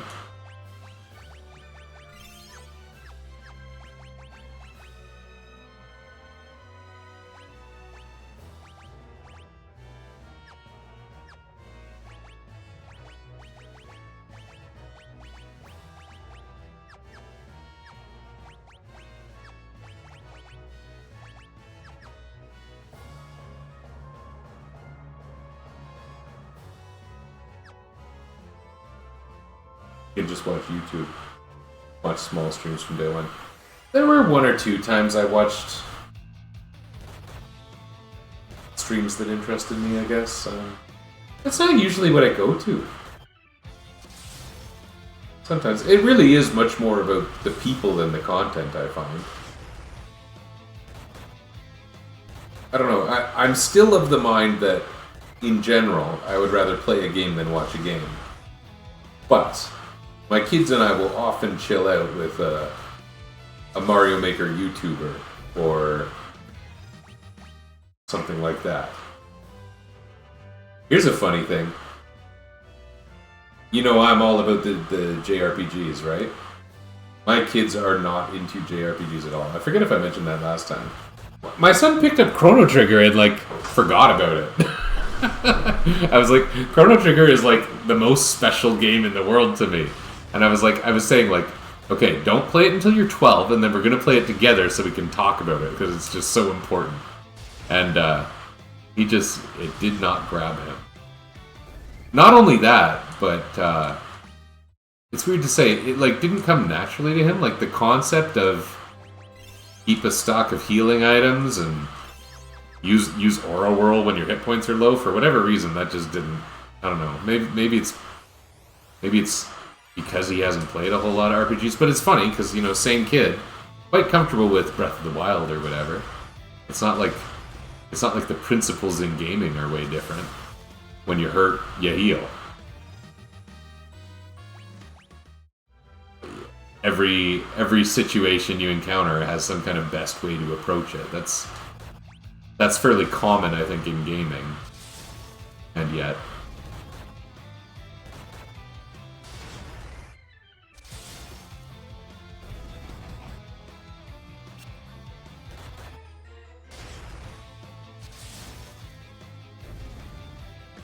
I haven't got a second one of those Raven Yawn items, I noticed.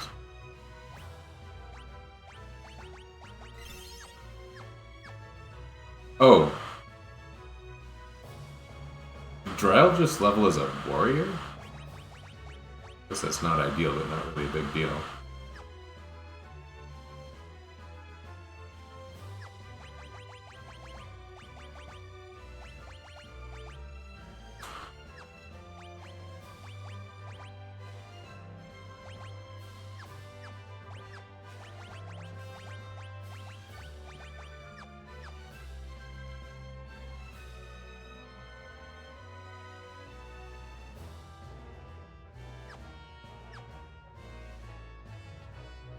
I don't know how much more of this I'm gonna do. This is awful. I like when randos pop in, for the most part. I mean, some of them have been real friggin' weirdos who show up. But I always enjoy a bit of talk. Someone who knows the game better than I do and things like that. Like when I was doing this Golden Sun thing earlier this year. Someone showed up who clearly knew the Golden Sun series very well, and I hadn't played it in over 10 years. And hearing little tidbits from them was cool, was helpful. And nice to discuss. There was similar with something else.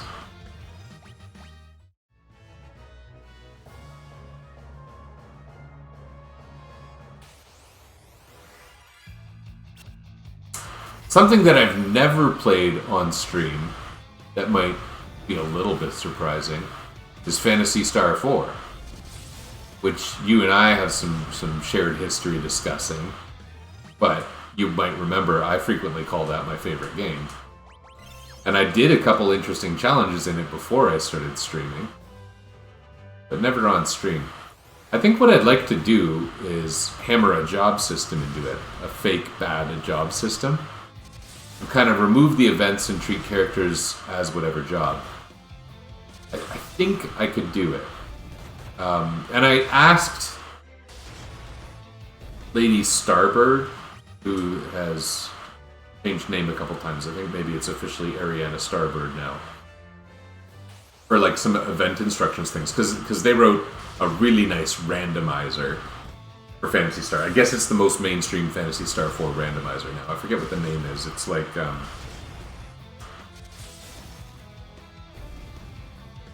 Profound Chaos, Profound Disruption. It's some kind of play on the end boss of Phantasy Star 4. But I don't really want to just play the randomizer. They even have a version of the randomizer that assigns like a class to each character, so they act more like an archetype of that character. Which is a cool idea. But it's not the way I want to play the game. Randomizers are funny too. Like, I like randomizers, but I like exploring the game differently. I haven't done much in the way of speed playing randomizers, which is funny, because that's so mainstream. People love speedrun randomizers. I want to just play randomizers and goof off. Not that anyone's making you do anything when you play them. Levels are getting up there. Including the person who was dead.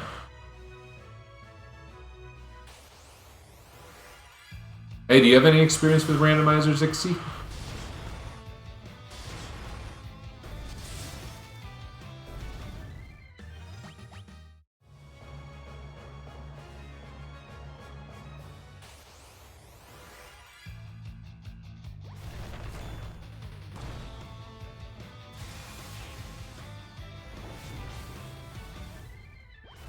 I don't like those Thundaras. I just said I don't like them for you.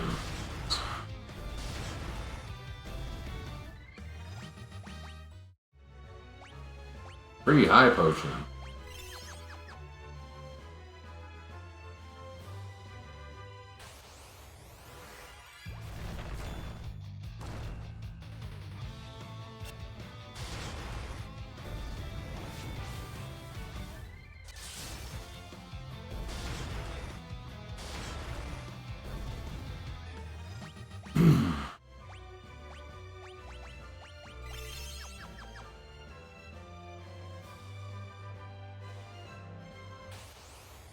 FF or FFV, I reckon. Seeing FFV, oh, FFVI, I reckon.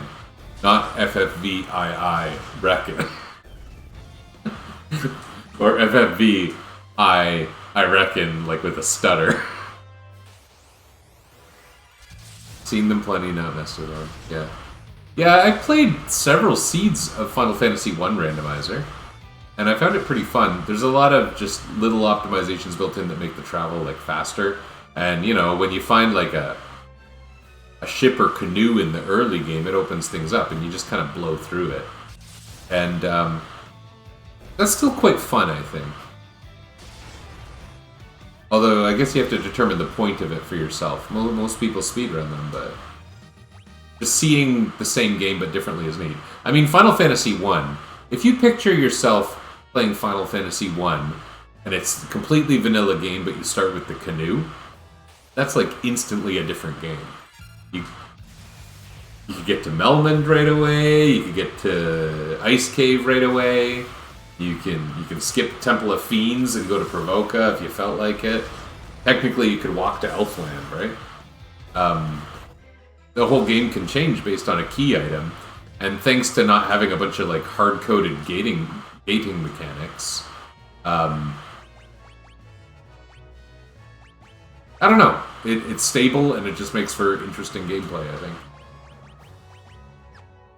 The ideas are good. The ideas are really cool. Question is, how long does it take to get bored of it?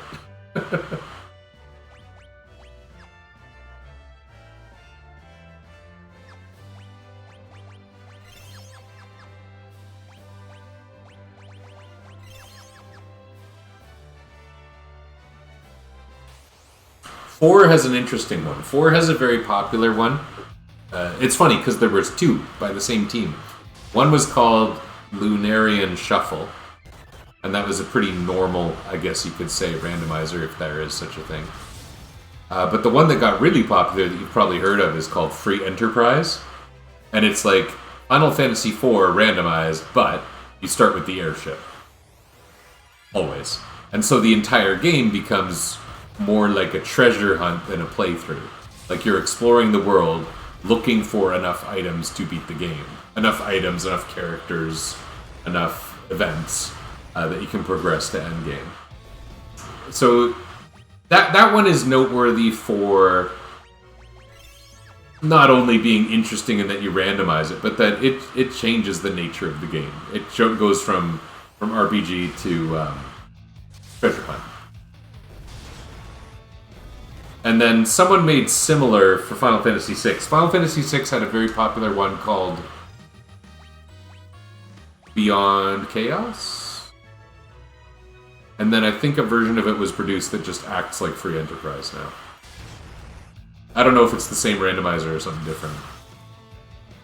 Again, these aren't things I've really looked into too much. They interest me though.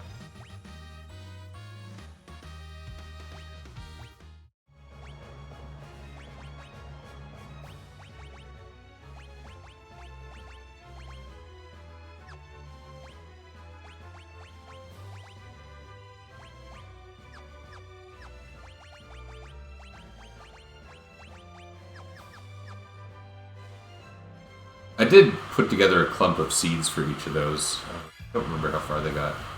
There was also a hack I was playing a while ago, which was really popular and really nice. Somehow I ended up losing interest in it. I don't remember what it was that got in the way. But it was Final Fantasy IV Ultima. There haven't been a lot of hacks I played in the last few years. Longer ago, I really liked playing with like the kind of alternate timeline style of hacks.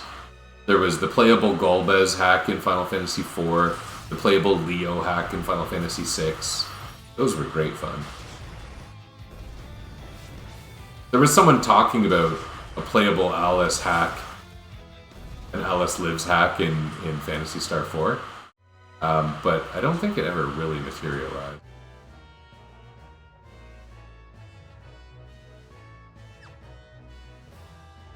It's just calling out to be done, but to my knowledge it hasn't been done. And I don't really know how good it would be when I think about it.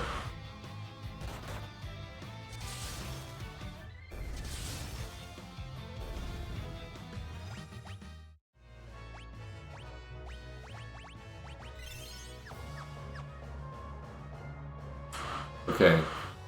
I want to get Captain to level 30 and then I'll try Garuda again.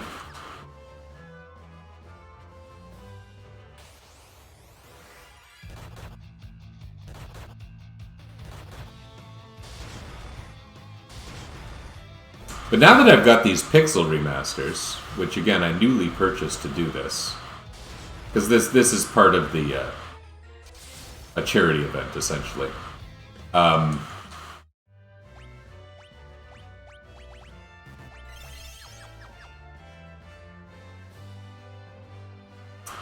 But it makes me want to come up with some challenge for each of the other Final Fantasies.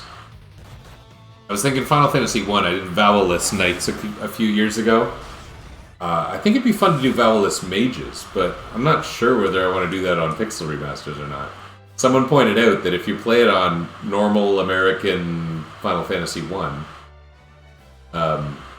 if you played with a black mage who can't use anything that contains the letter I, they lose all fire spells, all lit spells, and all ice spells. And, like, that makes for some interesting gameplay. So, Vowelless Mages might be good for Final Fantasy 1. Some kind of letter band thing in Final Fantasy 2, I think, might even be fun. Final Fantasy 2, the last time I played it, I liked it more than I expected. Now, I did screw with it considerably, but I liked it.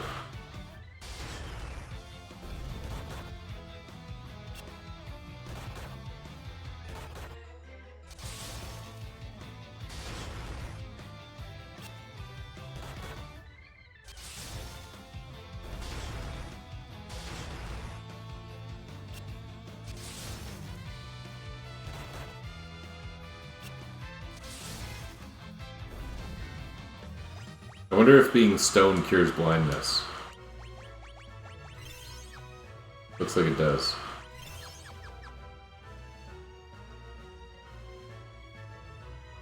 Well, this has been super great walking around in this tiny room in circles.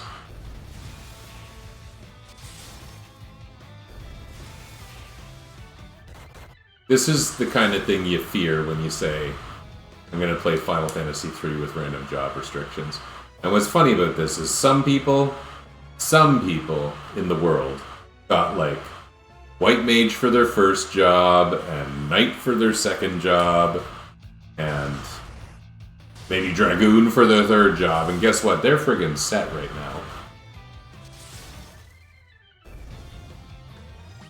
I had to get stupid jobs.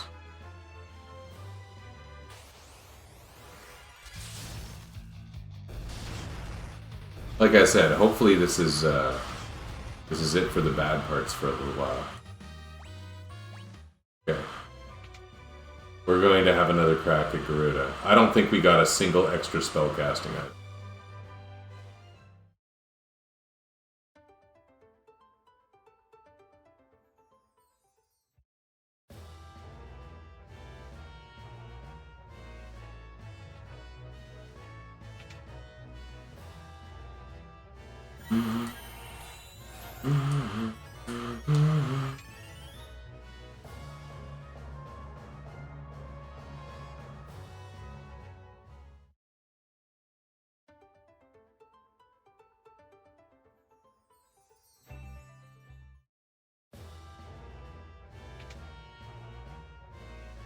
How's our money doing?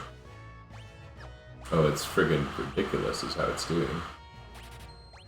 Good. I don't know why I bought those. I need mallets. Got no mallets here.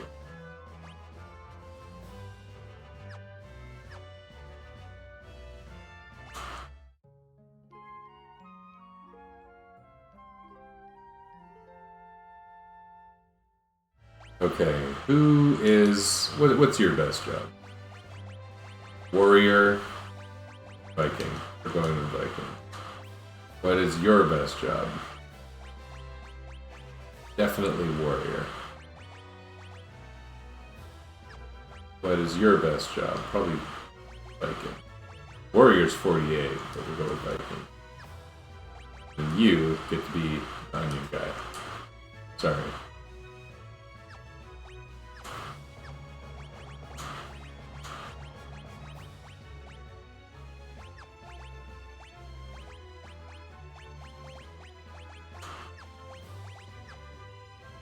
Okay.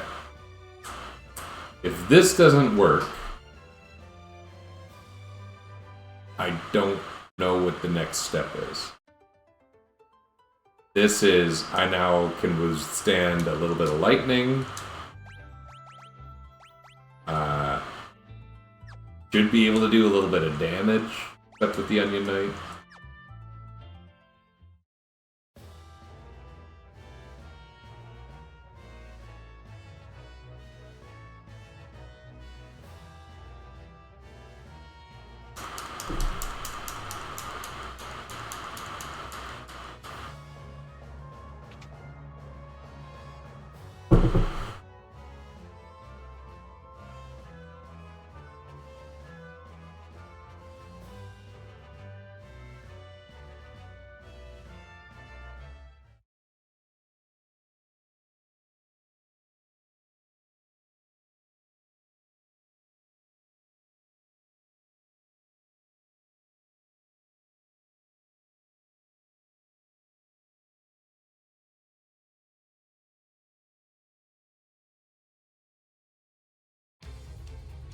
How many tries am I going to give this? This can go so well or so badly just in a luck-based way. I don't want to keep sitting through the stupid cutscene. Not that it's that cumbersome, it's... Alright, what are we doing here?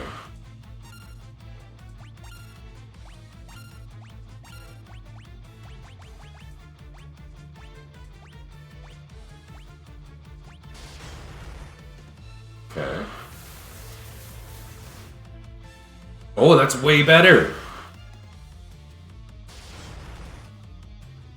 That was like 700 before, and now it's way higher. Okay. Must be at least a little bit level-based. Also, nobody took more than half damage from that. That's great. But I don't think healing makes sense.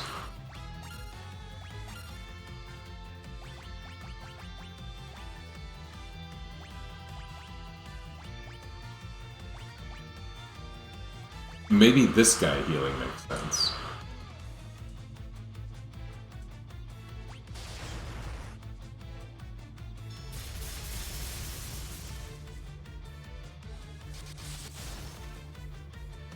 Okay. The damage is pretty poor.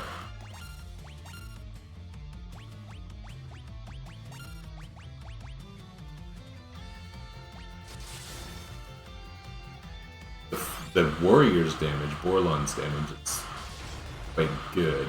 Oh, that one was good. Okay, we're all in here.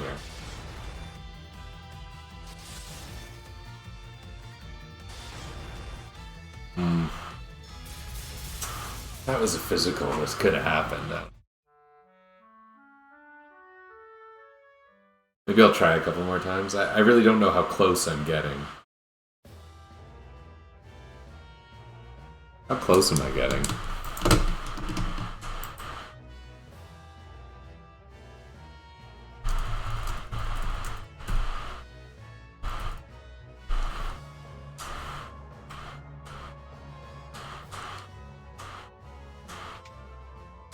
Mm-hmm.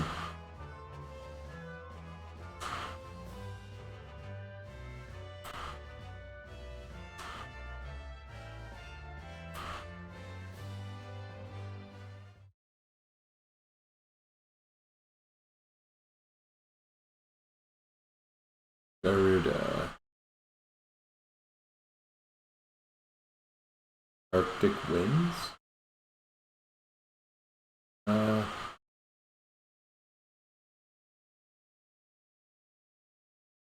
don't know. Okay, I still don't have a hit points value. And I only have the one gone thing.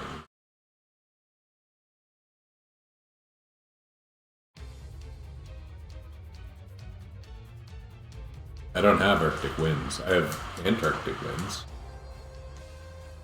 Could it be that my characters will be stronger with spellcasting items?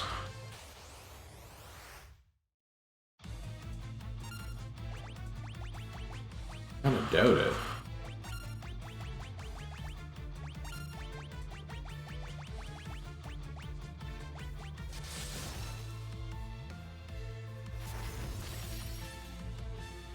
It's a little better. Not way better.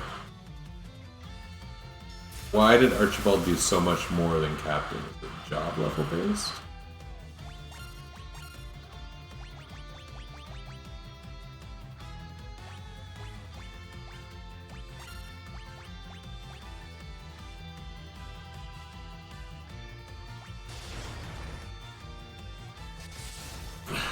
It's not way better than the normal attacks.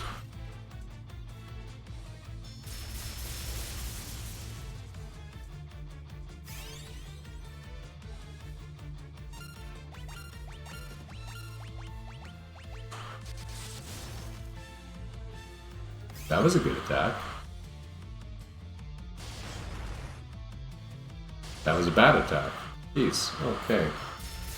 Wow. Nasty. Nasty.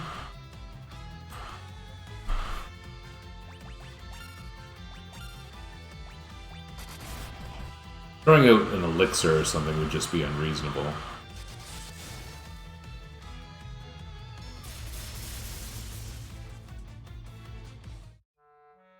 How close am I getting? Okay. What if the 2 Vikings and the Onion Knight maybe drew out spellcasting items every turn? Because it does seem to be a little more reliable.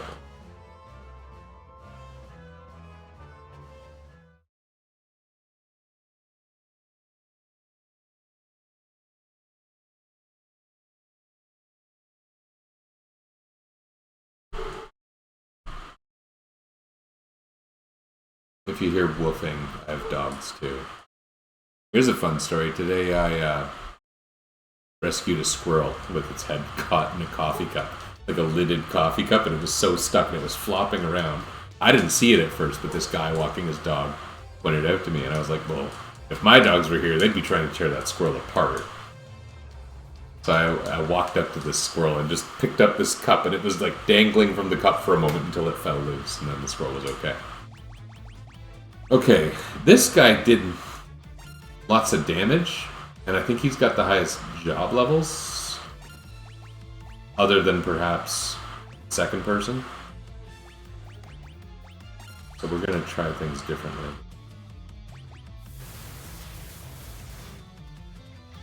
That did not go well. Is there a soft reset on this game? I don't know. I don't want to sit through the cutscene again. Maybe I'll win. We'll see. Oh, look at that. He used a friggin' attack.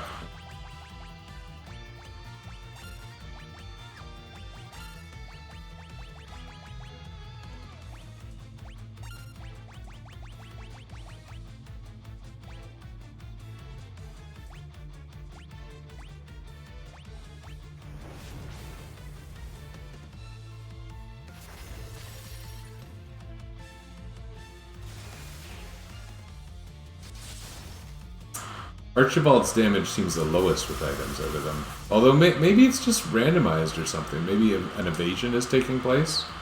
Kind of hard to tell.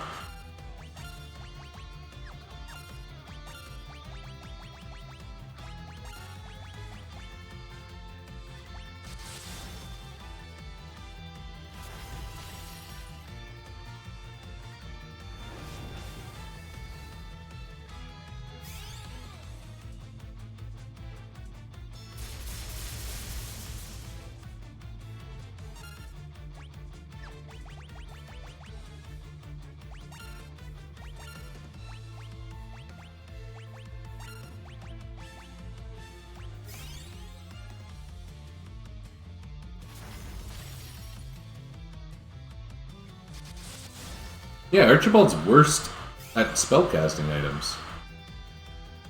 Who's best? They should throw out the Raven's Yawn.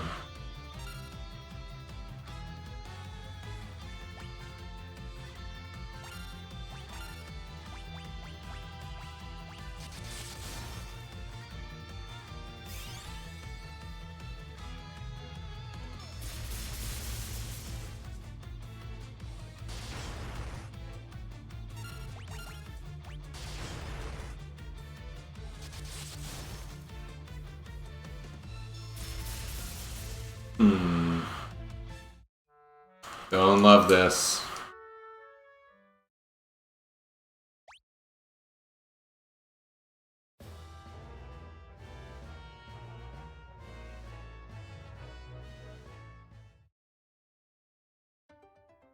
Okay, we need at least one more Raven's Yawn.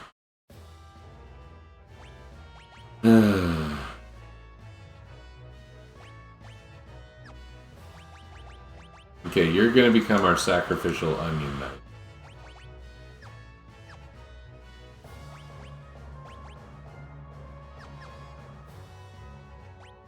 You're gonna become our warrior.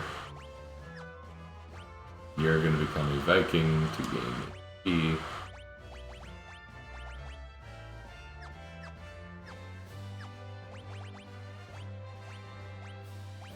Sure. Boy, I wish I could get some better weapons. I guess it's too. Okay, here we go. Stupid idiot loser grind. You know what? We're boosting. Oops, what did I do? I don't know what I did.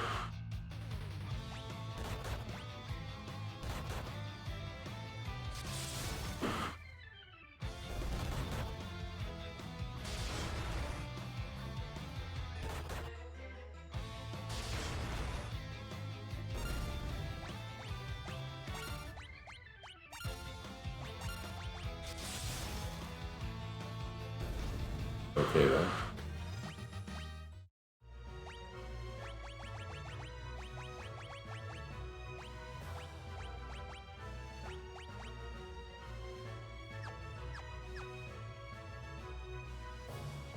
Oh, that's what I did.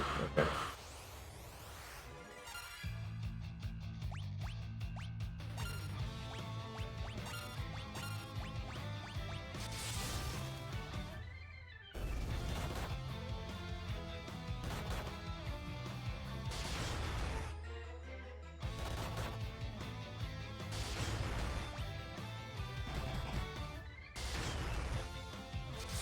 Okay.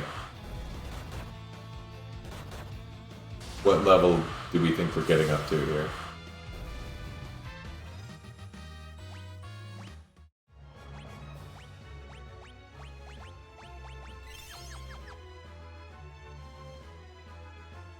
$35?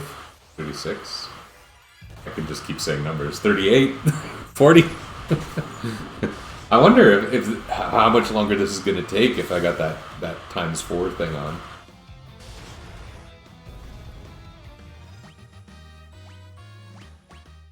Okay.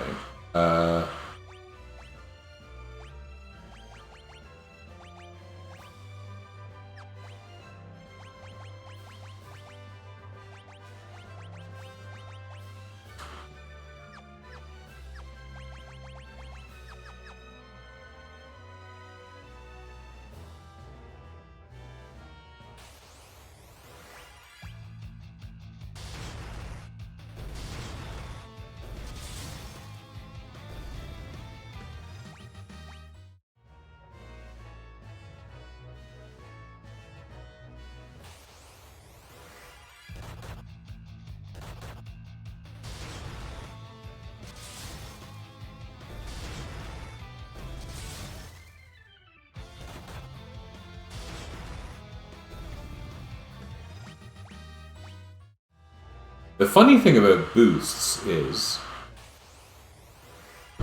you're great for gaining experience, great for gaining gold. Your job levels are going to end up lower.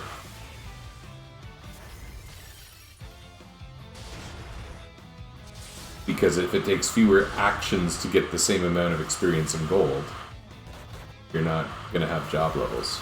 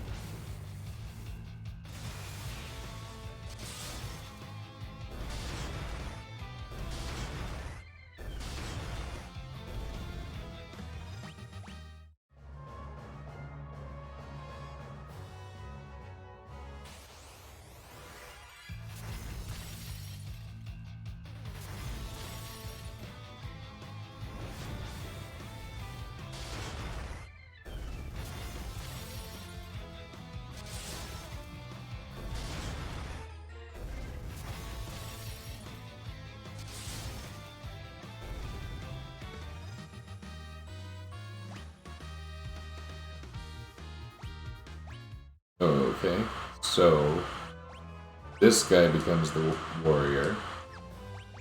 This guy becomes whatever this thing's called.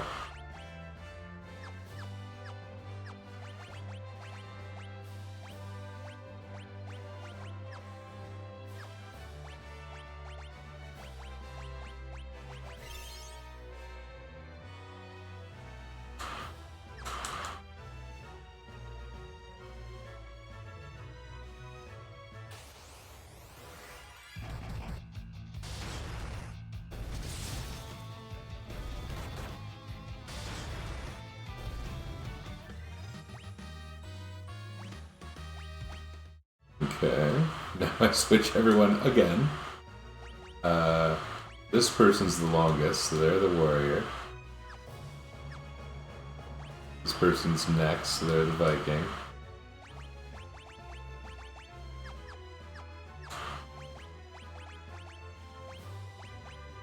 Oops.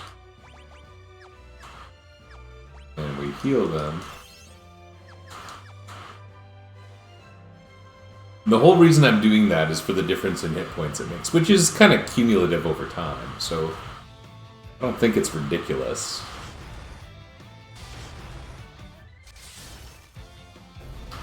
Dryle's hit points are so much higher than the other two. Is that the difference of, like, a level?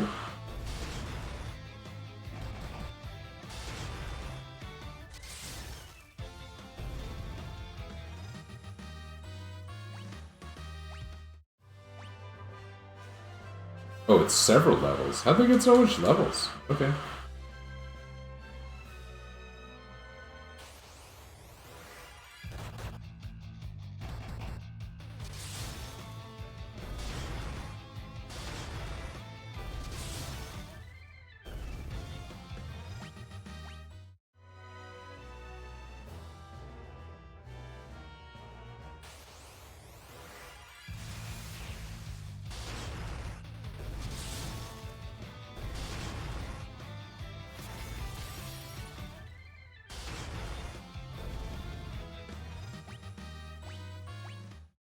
Okay. Push you to the warrior. This is going faster.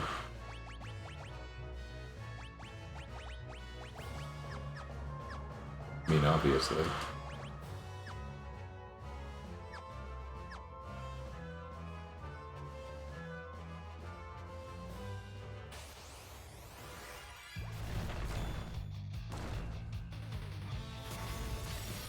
I see that my magic defense multipliers are getting a little higher too.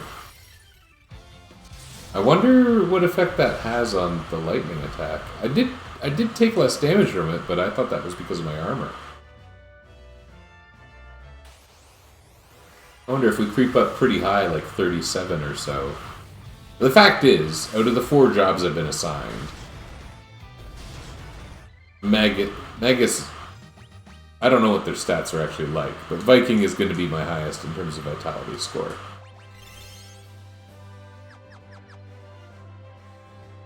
So gaining levels as a Viking is just generally going to be a good thing for all of my characters. The only stat that's kind of like cumulative through this game is HP. So that's the only one that's really based on what job you're in when you level up as it. At least that's my understanding.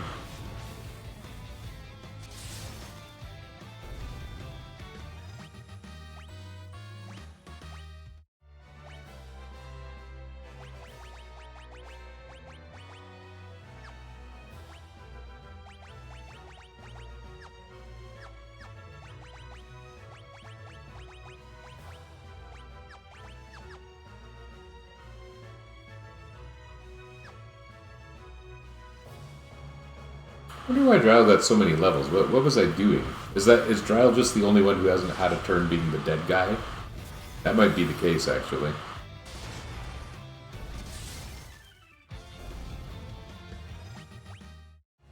I wonder if this game has an exponential HP curve. I didn't think it did. I think it was strictly based on vitality. But even vitality does increase throughout the game, so I guess it probably is a little bit exponential.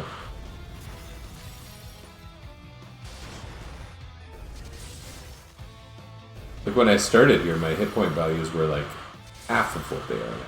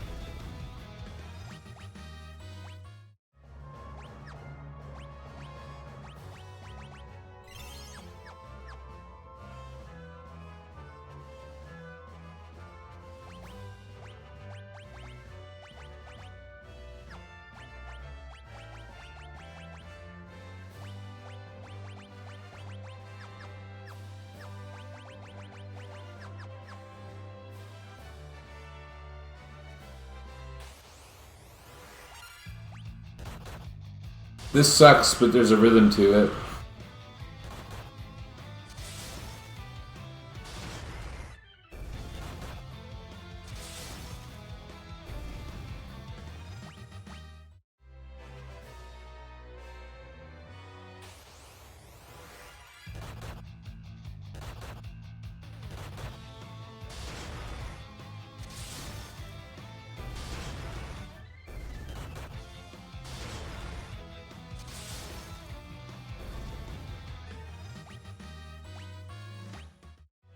Okay. Now.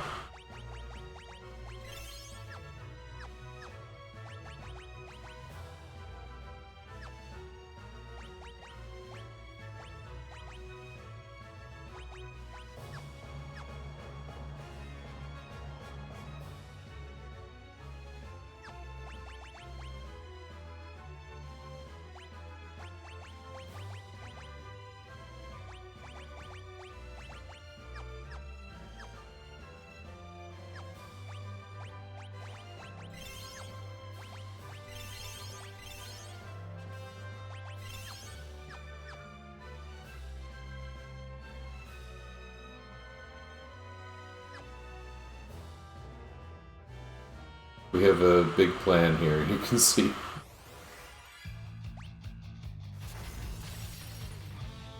Excellent. Thank you for helping.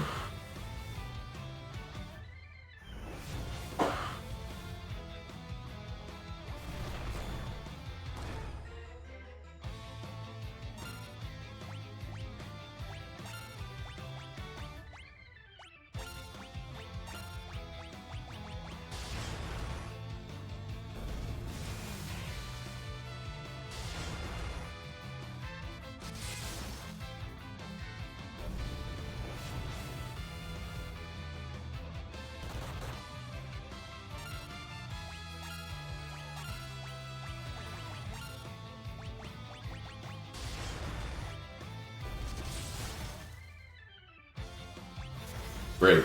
Super. Okay.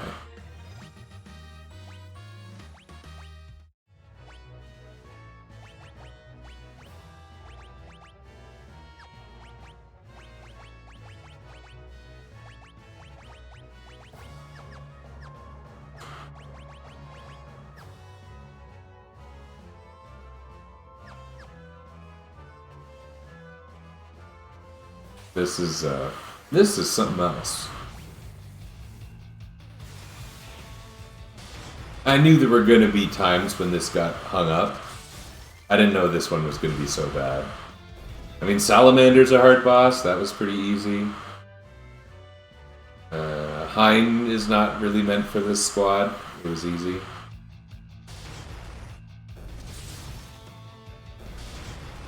This is a very puzzle bossy game. This one, there's no puzzle. Everybody tells you, turn into a Dragon Knight, you idiot. And to that, my team says, never.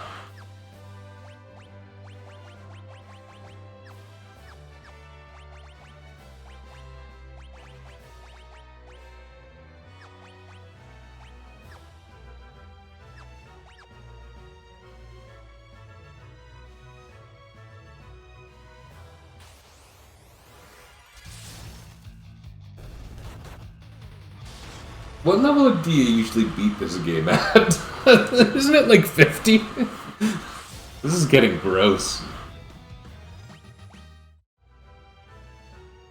Okay, once they're all 37, which is the number I didn't mention in the 30s earlier, we're gonna proceed.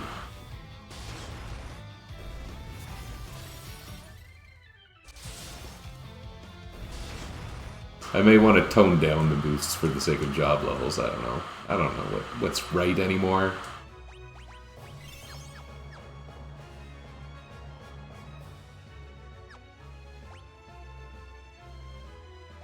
If I do that, it maybe doesn't make any sense, because this is just kind of awful.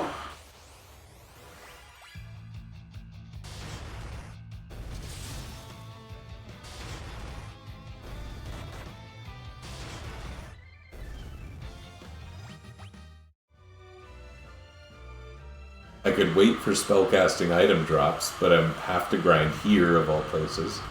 I did get the Raven's Yawn here, right? So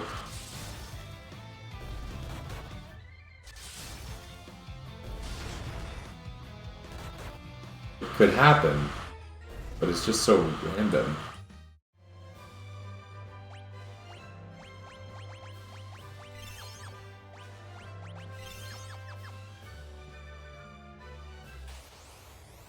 Not super familiar with, only played the Pixar time. I've only played to the end of 3 that I can remember one time, and it was on the 3D version, which was... I don't think I played it on the DS. I think I played most of it